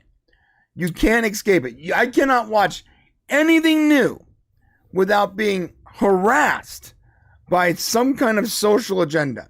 I can't. Well, that's for TV, but I'm talking but in movies. Oh, And even I in would movies. I would argue that most of the movies that we talk, let's look at them. Look at Oppenheimer. Let's look at Creator. Let's look at Many of these movies that came out this year, they really didn't have agenda stuff in them, but they just weren't good. Well, I mean, Oppenheimer maybe not because it was set of where it was set, and Chris Nolan is not going to add that stuff into that setting. But even Dungeons and Dragons, which you liked and I liked, they had some of the gay agenda in there, just enough to make sure that they check that box. Barbie, obviously, we talked about that. You cannot watch a movie now without some kind of checkboxing going on, and it's exhausting. It's exhausting having to watch every movie first before I can take my kids to see a movie, or before I can put it on, to make sure that there isn't some kind of woke agenda being shoved down our throat, no pun intended. It's crazy. And it's not just TV, but it's very prevalent in TV because we get more of that. But almost every movie has some kind of checkboxing. So the way I see it is that a lot of these writers are over there circle jerking themselves off and smelling their own farts about how much social justice they can fit in a movie instead of making a good movie. Because now a large metric for making a good movie is how much boxes you can check in said movie. Well, not for making a good movie, just for making a movie. So I would say that the checklist is for being able to get a movie out there. Is that so? Who do we hold responsible? But that gets them the Sundances and the Oscars and the awards and the celebrities talking and even the hate watches when people write about how Splinter is gay or whatever in the new TMNT. Like there is 100% there is a motive to this, and I don't even know if all the writers know what it is, but the studios that are signing off on all the checkboxing, I think that they have a plan that is usually centered on money, and sometimes it actually works. Sometimes they can make something that didn't cost very much, and they can get more than enough views to make plenty of money on it because of all the social justice they put into it. And then sometimes it fails flat because, like that movie Bros, where it was so offensive that no one went to watch it, even the gays that it was about. Right. No, that's a good point. I mean, when you look at the box office numbers, especially just look at this year's, you look at Barbie sitting up top, arguably could be a great movie if the message wasn't so wrong and bad. But it was shot well, done well, so it could have been. Guardians of the Galaxy fell. I mean, it was still a better movie, not agenda based, but fell flat, right? Fast X, let's just laugh and move on. Well, there's no agenda there. It was just not a great movie. And then you've got Spider-Man Across the Spider-Verse, which, it's hard to call cartoons great movies. I think it's hard to call Across the Spider-Verse a good movie too, because it's like for me it's like, okay, so it's a must-see movie if you're watching the Spider-Man movies, but it's also like the in-between movie between the first movie and whatever ending movie, if they eventually even make a third movie. What do you mean? No, right? Because most of the artists that worked in that movie were like, yeah, this sucks, I don't want to do this anymore, it's too much work. So like, they made an entire movie that is supposed to be the bridge between two movies, and we don't even know if we're going to get a third movie, which is crazy. And the movies that were supposed to be great movies, you got Mission Impossible: Dead Reckoning Part 1, which wasn't a bad movie, but it just didn't elevate itself to a level of, any more than any good action movie does these days. It really wasn't much more than that, other than Tom Cruise's excellent, crazy stunts, right? Oh, yeah, that's something too. So, I'm sorry, but the Mission Impossible franchise, it might be making a lot of money, but like it's just like John Wick. At this point, we're all invested in the universe, and we're going to see it through. But it really is sort of a shadow of what it once was. Like John Wick, you watch the newest John Wick. I mean, shit, you watch 2, 3, and 4. It's like every single movie is so jam-packed full of Keanu Reeves killing people. It's like, oh, this movie is an hour and 42 minutes, and an hour and 36 minutes is Keanu Reeves fighting people. And you get to this point where you're like, okay, I get it, but like, there's got to be some kind of thoughtfulness. There's got to be some kind of give me a little more depth to this movie. Like the first John Wick, there was a motive. There was like a three-dimensional character that you really wanted to see get revenge, and now it's like John Wick killed 13,000 people yesterday. Right. Yeah. I mean, same with like Mission Impossible is like, okay, we get it. It's Tom Cruise doing his thing. Great. So at what point though does this add depth? And Fast and Furious, you can name it. Every one of these big franchises are just there's no substance anymore. Well, it's not just there's no substance, but you said it yourself. So Guardians of the Galaxy Volume 3, Fast 10, Across the Spider-Verse is the second movie, Mission Impossible, how many movies before that? Ant-Man and the Wasp, another additional movie, John Wick Chapter 4, Meg 2, Indiana Jones 5, Creed 3, Nun 2, Scream 6, Equalizer 3, Shazam 2. I mean, all of these movies are just trying to make more money off of their IP instead of coming out with something unique and special, like say like Oppenheimer or even Barbie, I guess you'd say, which did really well, or Super Mario Brothers. They did well at the box office because that should send a signal to all of these studios that people want new, unique products. We don't want to continue with Saw 10, guys. No, and you got a good point, because like Mario Brothers is it's based on an old property, but it's new.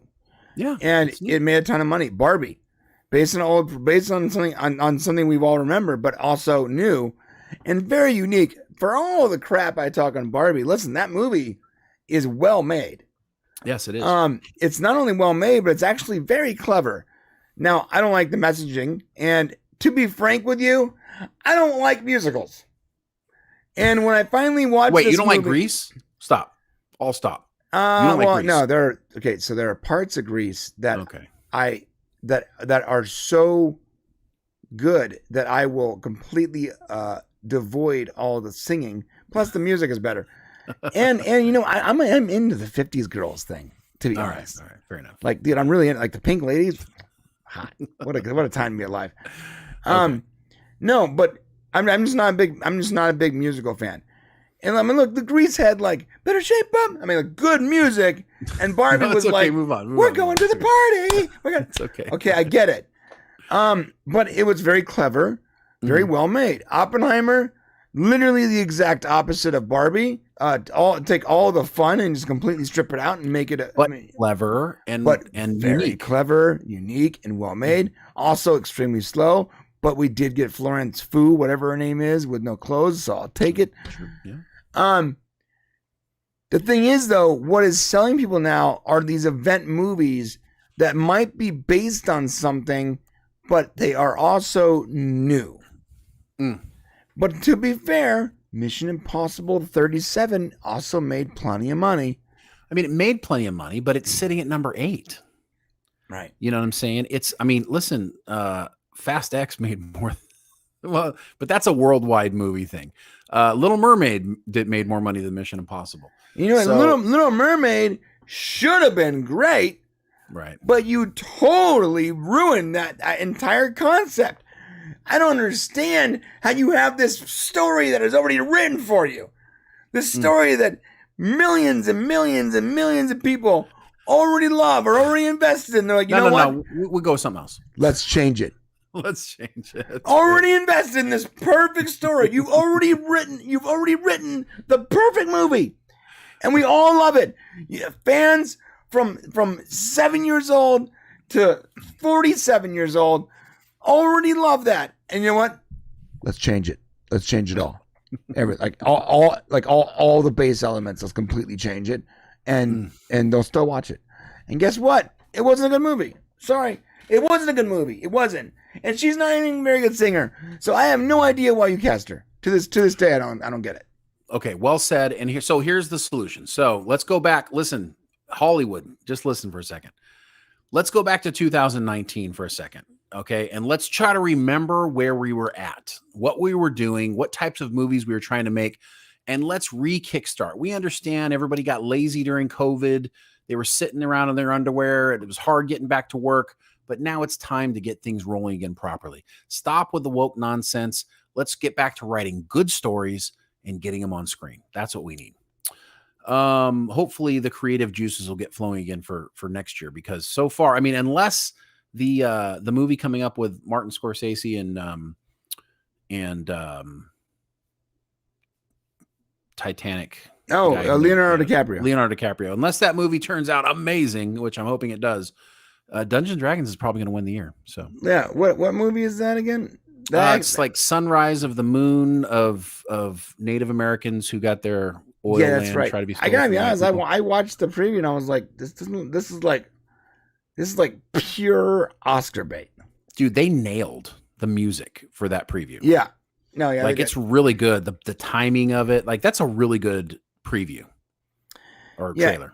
It is. It looks like it's gonna be a great movie, and it's pure like just bait. Like give me an Oscar kind of a thing. And I normally don't like period pieces. Like I'm not a fan. Mm-hmm. Like you showed me the trailer for Oppenheimer, and I was like, ugh, who gives a shit about this?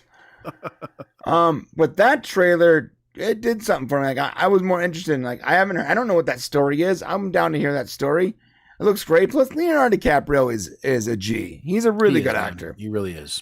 And that might be one of those movies that break my rule about watching movies about true stories from 100 years ago. I don't give a shit.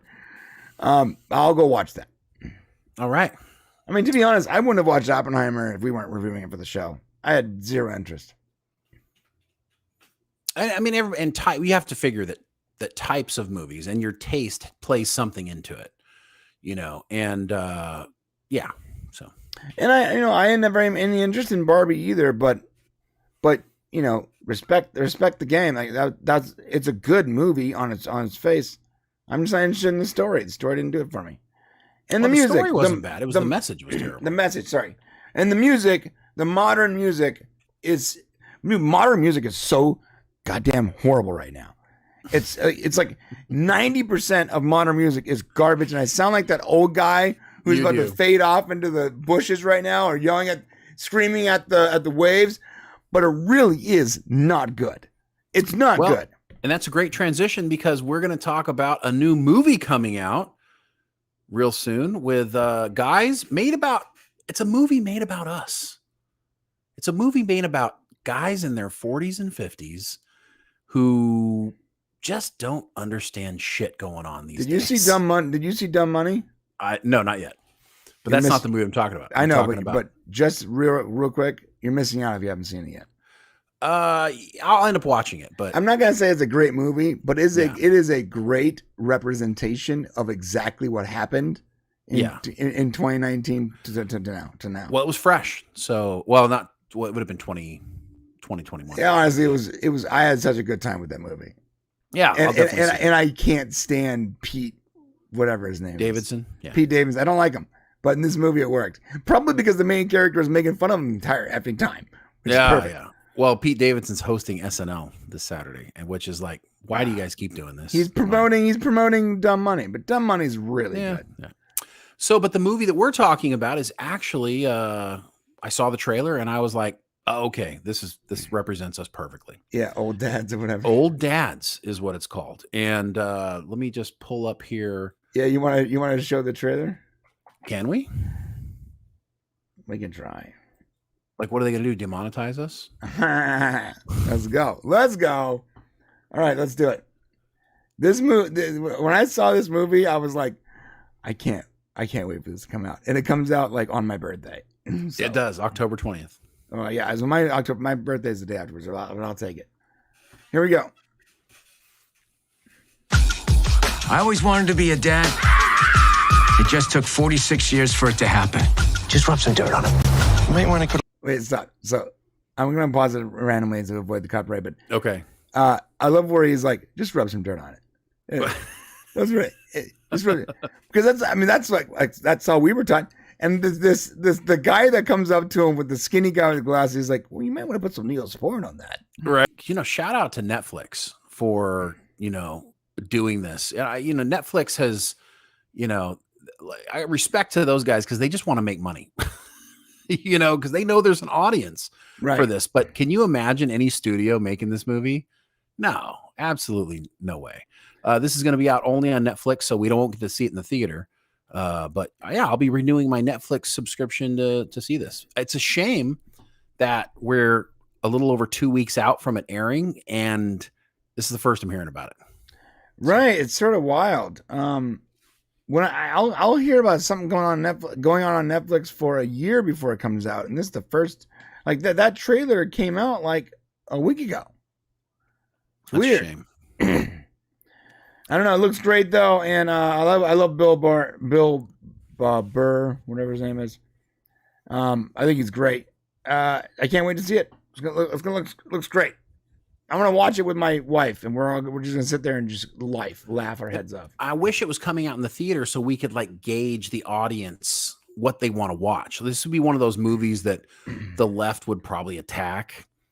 And the only bad thing about it coming on Netflix is that we won't know how many people wanted to watch it. We can't take the temperature of the barometer, to find out, that, right.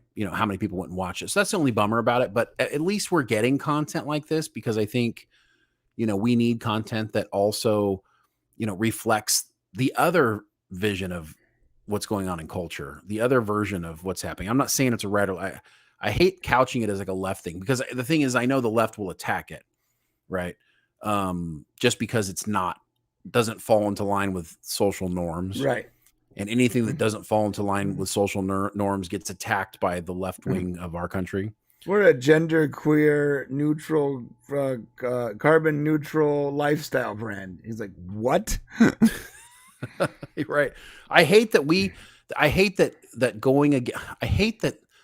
the left makes everyone a conservative on the right. I hate that I hate that the left puts everybody on the right because I really enjoyed being in the middle, and now it's put us in a position where I find myself disagreeing with people on the left constantly.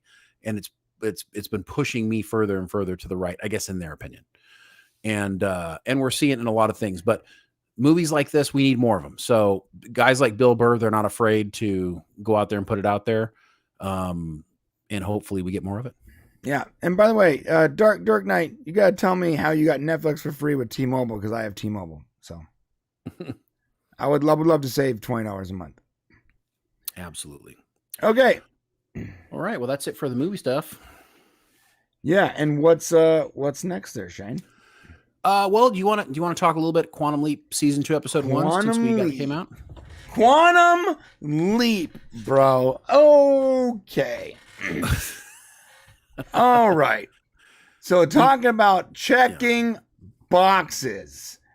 I'm not sure if you guys watched this, the season premiere of season 2 of Quantum Leap, but dude, it was like the first 10 minutes in, it was a feminist thing. Well, because I wasn't born a man, I can't even do the jobs like I'm qualified to do immediately, right?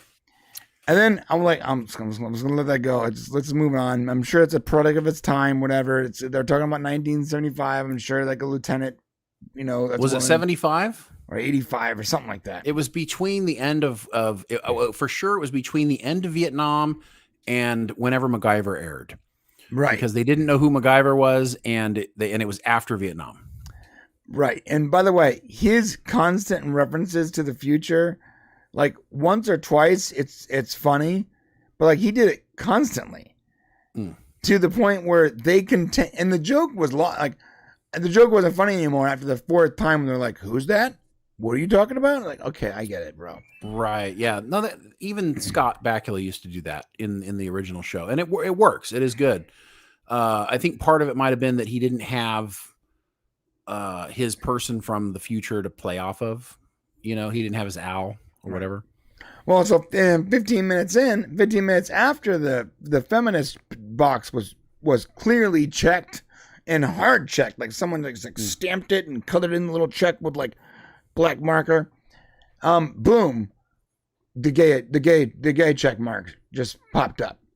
I missed that one. Which one was that one? Oh, the guy was on the landmine, and all of a sudden he's like, I gotta tell you, the reason I couldn't stay in the military is because I loved a man. You know, and he started telling like his life story about how he's gay, and everyone's like, what the fuck does this have to do with the story at all? Like nothing at all. And like they get him off there. And then I gotta be honest. I'm sorry, I'm gonna say it. At some point, finally Ian gets a hold of Ben. And I guess the reveal, spoiler alert, is that like the program was shut down and it took him like 3 years to find Ben or something. I don't know. Who cares? But Ben goes, you look different, Ian. And he's like, it's been 3 years. Ian didn't look any fucking different, okay? He looked exactly the way he looked during the flashbacks that were supposed to be taking place like 5, 7, 10 years ago. That's actually a good point. Yeah. He didn't look any different. And to be fair, he didn't look very much different when Ben leaped 30 years into the future either.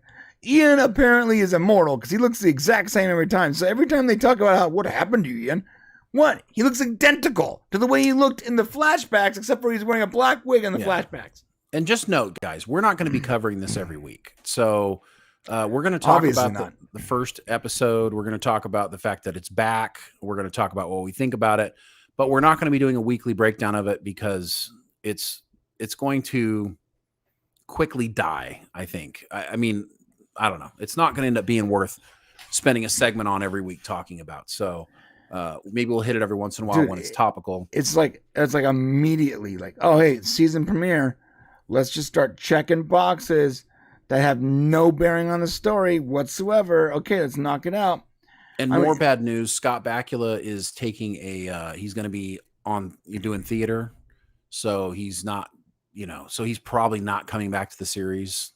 We're not going to keep holding a torch for it. If he's going to be in New York, keeping himself busy, he's not going to be shooting Quantum Leap. So we can pretty much put that one away too. Yeah. And if Scott does come back, then we'll cover it. But yeah, 100%. But there's no point. I don't see the point. I just realized when I was watching this show that they're in the military, what's her name? Ben's fiance? Addison. Addison is in the military. And we've never seen her in a uniform. I know. Not one time? Because they'd have to put her hair up and they don't want to do that. It's so weird though. How she keeps referencing herself being in the military. I always thought when we were watching the first season, she was in the military. Now she's working for like the DOD or something. No, she's still in the military. She just never wears a uniform. And like, if you've ever been in the military, that's not, you have to wear a uniform. Okay. It's very odd that these military people aren't wearing uniforms and that everything's so casual. And it just feels so like, sort of like Strange New Worlds, except for this is the actual military, like not like the future military. This is the actual military. It doesn't make any sense. There's no military bearing whatsoever.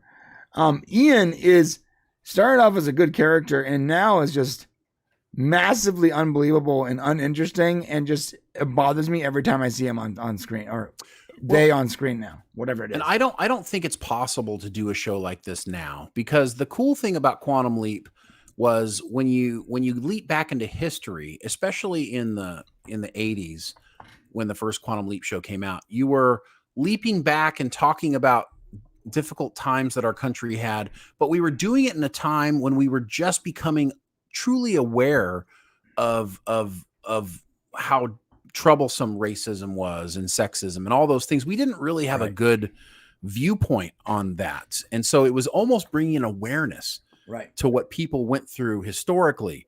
But it is so nowadays at the very top of it's at the top of the cream, it's at the top of the, it's everybody's very aware. And so when you watch something like this, you can't not be aware. You literally like my 12-year-old knows all about systemic racism at 12 years old. It makes no sense. So when you do a show that now highlights that. It just removed the whole point of entertainment, which is to kind of escape reality. Back then, we needed our entertainment to give us a little bit of reality, at least a touch of it, to kind of give us a little understanding of what was happening in society. Star Trek did it, right? Quantum Leap did it in its time. Society has been overrun. So the things happening with our society is the new religion. Like, religion is slowly dying, and it's being replaced with this populism religion, which is what we have happening now. And so when you watch shows like this, it really makes people like us more disgusted having to, we knew that obviously in the late 70s, early 80s, if you were gay, you couldn't be in the military. Mm-hmm. Everybody knows that, right? That's the way it was. Okay. Right. And we also knew that women didn't have as many opportunities in the late 70s, early 80s. Right. And that's it. Not until 1994 could a woman even be in combat. So I'm even shocked that they put her in this. Yeah, role. Which, by the way, it's funny because I'm looking at this. I'm like, wait a minute. So she's an officer, a lieutenant, who's on an active, dangerous mission behind enemy lines. I'm like, wait a minute. This doesn't track. Like, you would have less opportunity as a woman, but you also wouldn't be in a plane over Russia. Right. Exactly. Like, so, it doesn't make any sense. Like, it's like so they want their cake and eat it too. We want to complain about these problems from our past, but we also want to completely ignore like just history in general and just only talk about the things that bother us. It's crazy.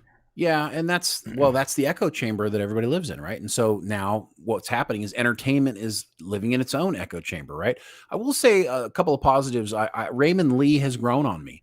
The guy who plays Dr. Ben Song, I actually like him now. It took a while to get there, but I like him as the leaper, as the jumper. I like him in that role, and he has become a character I can watch. I don't know if I can go forward watching this show every week. Part of me wants to, but part of me doesn't want to have to deal with all of the woke kind of garbage. So. I mean, to be fair, I'll watch it because there's not much else to watch, and there is a tiny possibility it gets better. But we said that during season 1, and it just continued. It's not. It started so much stronger in season 1 and derailed itself like halfway through. You're right. We got a super chat from Drew D. Thank you, Drew D. Thank you, Drew. For $10 over at streamlabs.com/thepopcast live. Link is at the top right and in the chat pinned. And Drew almost got that Popcast Unleashed hero. Yeah, really close. Really close. So what Drew D says, and I agree. He says, I'm trying to put it on screen. Oh, I put it in the wrong one. My bad, guys. You put it in the member section. I did. By the way, at the end of this, if you guys stick around and you want to join the member section, you'll have an opportunity at the end of this. So we'll send you over there. Yeah, what Drew D says here, he says, the box checking was horrendous, but how about the lack of attention to detail? Did you notice Ben never actually brought the medical bag and he never actually fixed the antenna? Like, what the fuck? And that's true. That's true. He talks about, I fixed these when I was a kid. They wanted the MacGyver line. First off, for a fact that Ben is got to be aware that there's no way that was around as a kid. So like the jokes he was making was fun, but like he kept making them to the point where it was like started to become an eye roll thing. He never fixed. I would have liked to have actually fixed the radio. Never bothered. Didn't even bother. Well, and also, how old is Ben? Apparently he's 78 years old. Well, that's what I'm saying. Like what is he? He's 35, 30? He's in his 30s. 30? Right. So he wouldn't even been born when MacGyver came out. That's true. What I'm saying? Although it is a term a lot of people still use, even though they haven't really seen the show. That's a good point. But my kids would never say MacGyver. But Donald P. Belisario, who did Quantum Leap originally and is doing this Quantum Leap, was also involved in MacGyver to some degree. So I think that's probably why they used it. But yeah, he seems to know a lot about history, and I know he's a smart guy and all, but that was the cool thing about being in Scott Bakula's time frame, like leaping around in his timeline, because when they did that, he obviously knew everything that happened in his timeline from the time he was a kid until he was Right. older. So it made sense. Jumping out of the timeline, really, he should be more of a fish out of water. Like, I know he's a smart guy, but in this episode, he's like speaking Russian fluently in Russian accent. I mean, he can do anything. And I don't like the fact that he can leap outside of his own timeline. That completely breaks like the idea of the Quantum Leap project in the first place. Right. And his friends, like the person he's leapt into, should have called him to the carpet more on the fact that he knew how to do all these things. They said, "Oh, you're keeping these secrets from us." It really should have been more of a focal point. If they were going to write it into the story that he was going to completely not even pretend to be anybody but himself. Essentially, he wasn't pretending to be the character of this episode. He was just Ben Song. Right. And they should have, in their writing, called him to the carpet to some degree on it. So, yeah, there's a lot of problems. Yeah. Archmaze also talks about, he said that maybe he's talking about the MacGyver reboot. Okay. Well, that's actually, it's not currently on NBC, but it was on NBC a couple years ago. Fair enough. But yeah, Terry Matalas worked on the last season of that, right? He did. Yep. Yeah. Which was the season where we got Jerry Ryan, coincidentally enough. That's true. Yeah. Yeah. Why doesn't he need Addison? He doesn't need Addison. Yeah, I mean, there's some interesting things they threw in for season 1. So now we're going to find out it's been 3 years, right? So did Addison move on? They thought he was dead, right? Here's another thing. Like, I didn't want to get into it, but how did Ian like find him? He showed up and then Ben leaped. Now, anyways, there's just all kinds of issues they got with what they're doing here. Yeah, to be determined. Yeah, there's a lot of unresolved things from the first season and the second. I don't even fully understand. They chose. So there was an article that came out. The producers chose to go 3 years. The reason why is they didn't want to deal with that complicated end of the first season. They didn't want to have to try to like get out of that mush. They just wanted to get into the action of the second season. Essentially, what they're saying is, wow, we really wrote ourselves into a shitty corner, and we don't want to try to work ourselves out of it. So we're just going to give a 3-year time frame so we can just like move on all of a sudden. That came out this morning. I'm shocked. Wait. So he left once, and all of a sudden it's been 3 years? Yes. How the F does that make any sense? He leapt once, but to them it's been 3 years. So he leapt from his older self. Because I remember from the last jump. Yeah. So he leapt into somebody that was in the future. Remember that? Yep. I don't know who that person was, by the way. No one does, apparently. Like, he just leapt, and all of a sudden he's in the future. Remember, guys, he has to inhabit someone's body. So just like showing up all of a sudden there, and Ian just knowing exactly who he was immediately. Right. There was no question when like old Ian with his stupid spirit Halloween wig was like, Ben, is that you? Hey, why would you assume after 30 years the random guy walking around your old lab is you? And why would you still be there? Like, there's so many questions. Where'd you get that wig, bro? It's really bad. And then all of a sudden he leaps. Now he's back in 1978 or whatever, and it's been 3 years. Like, the logic of this doesn't make any sense. Like, there's zero logic to... You have to follow your own rules. If you write rules to your TV show, you have to follow your own rules, right? Yeah. For the love of God. It makes no sense. You're supposed to.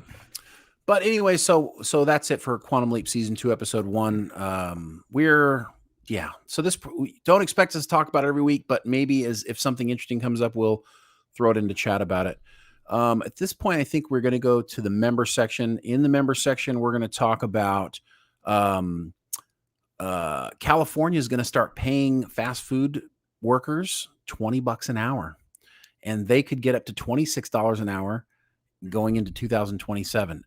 And if you don't think that number's crazy, because we do, then whoo, and we're going to talk about that and what that means for the rest of the country. We're also going to be talking about this job fair that men invaded for women and non-binary. So we're going to be talking about those two things in the member section. We hope you join us. Brian, how can they come join us in the member section? Yeah, and I'm also going to make sure everyone knows why I'm not watching any Star Wars stuff anymore. So stop. Everyone's going to stop asking me. I'm not watching any more I am not watching any Star Wars anymore. I'm completely done with it. I won't be reviewing it. I won't be talking about it. I'm done with Star Wars. Okay, that's interesting. You can find us very simply in the description. At the very top of the description is going to be a link that leads you directly to our member section. I'm also putting it in the chat, and I'm going to unpin the other one and pin that. And if you do nothing, like if you're just like, you know what, I don't want to click on anything, it's too much work for me to move my hand 3 inches to the left and click on something, then you can just do nothing, and the stream will I'm actually not actually sure that will work. Actually, no. Never mind. The stream should take you there, but I'm gonna let Shane wrap this up while I'm making sure that happens. Oh, right. Yeah. Ordinarily, you could just hang out here and it would take you to there. And like I said, it's basically the low. You know, there's people who do support us with you know, who are associate producers or producers, and that's a different tier. But for $2.99, you can come hang out with us in the member section, where we a little looser, freer with our information. Brian, did we get a little Streamlabs super chat? Because it looks like somebody popped. Oh, we into the did, yeah. Kenneth the Rogue on the buzzer. He said, Kenneth the Rogue for $10. Thank you, Kenneth. He says, for coffee, LOL. Yes, thank you, brother. We appreciate you so much. And as much as coffee costs, we're gonna need that $10. So thank you, sir. Appreciate it. But yeah, come on over, hang out with us. And of course, if you don't hang out with us in the member section, we will be here next Thursday.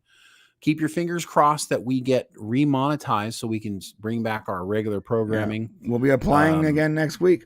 Yep. If we're going to put a lot of effort into it, we need to be able to get compensated a little bit. And thank God you guys keep bringing some super chats so we can keep going. But yeah, we appreciate you.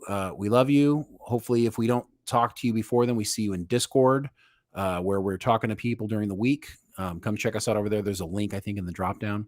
Yep. And other than that, we love you, and we will catch you guys next week or in the member section. See you then, guys. Have a good one.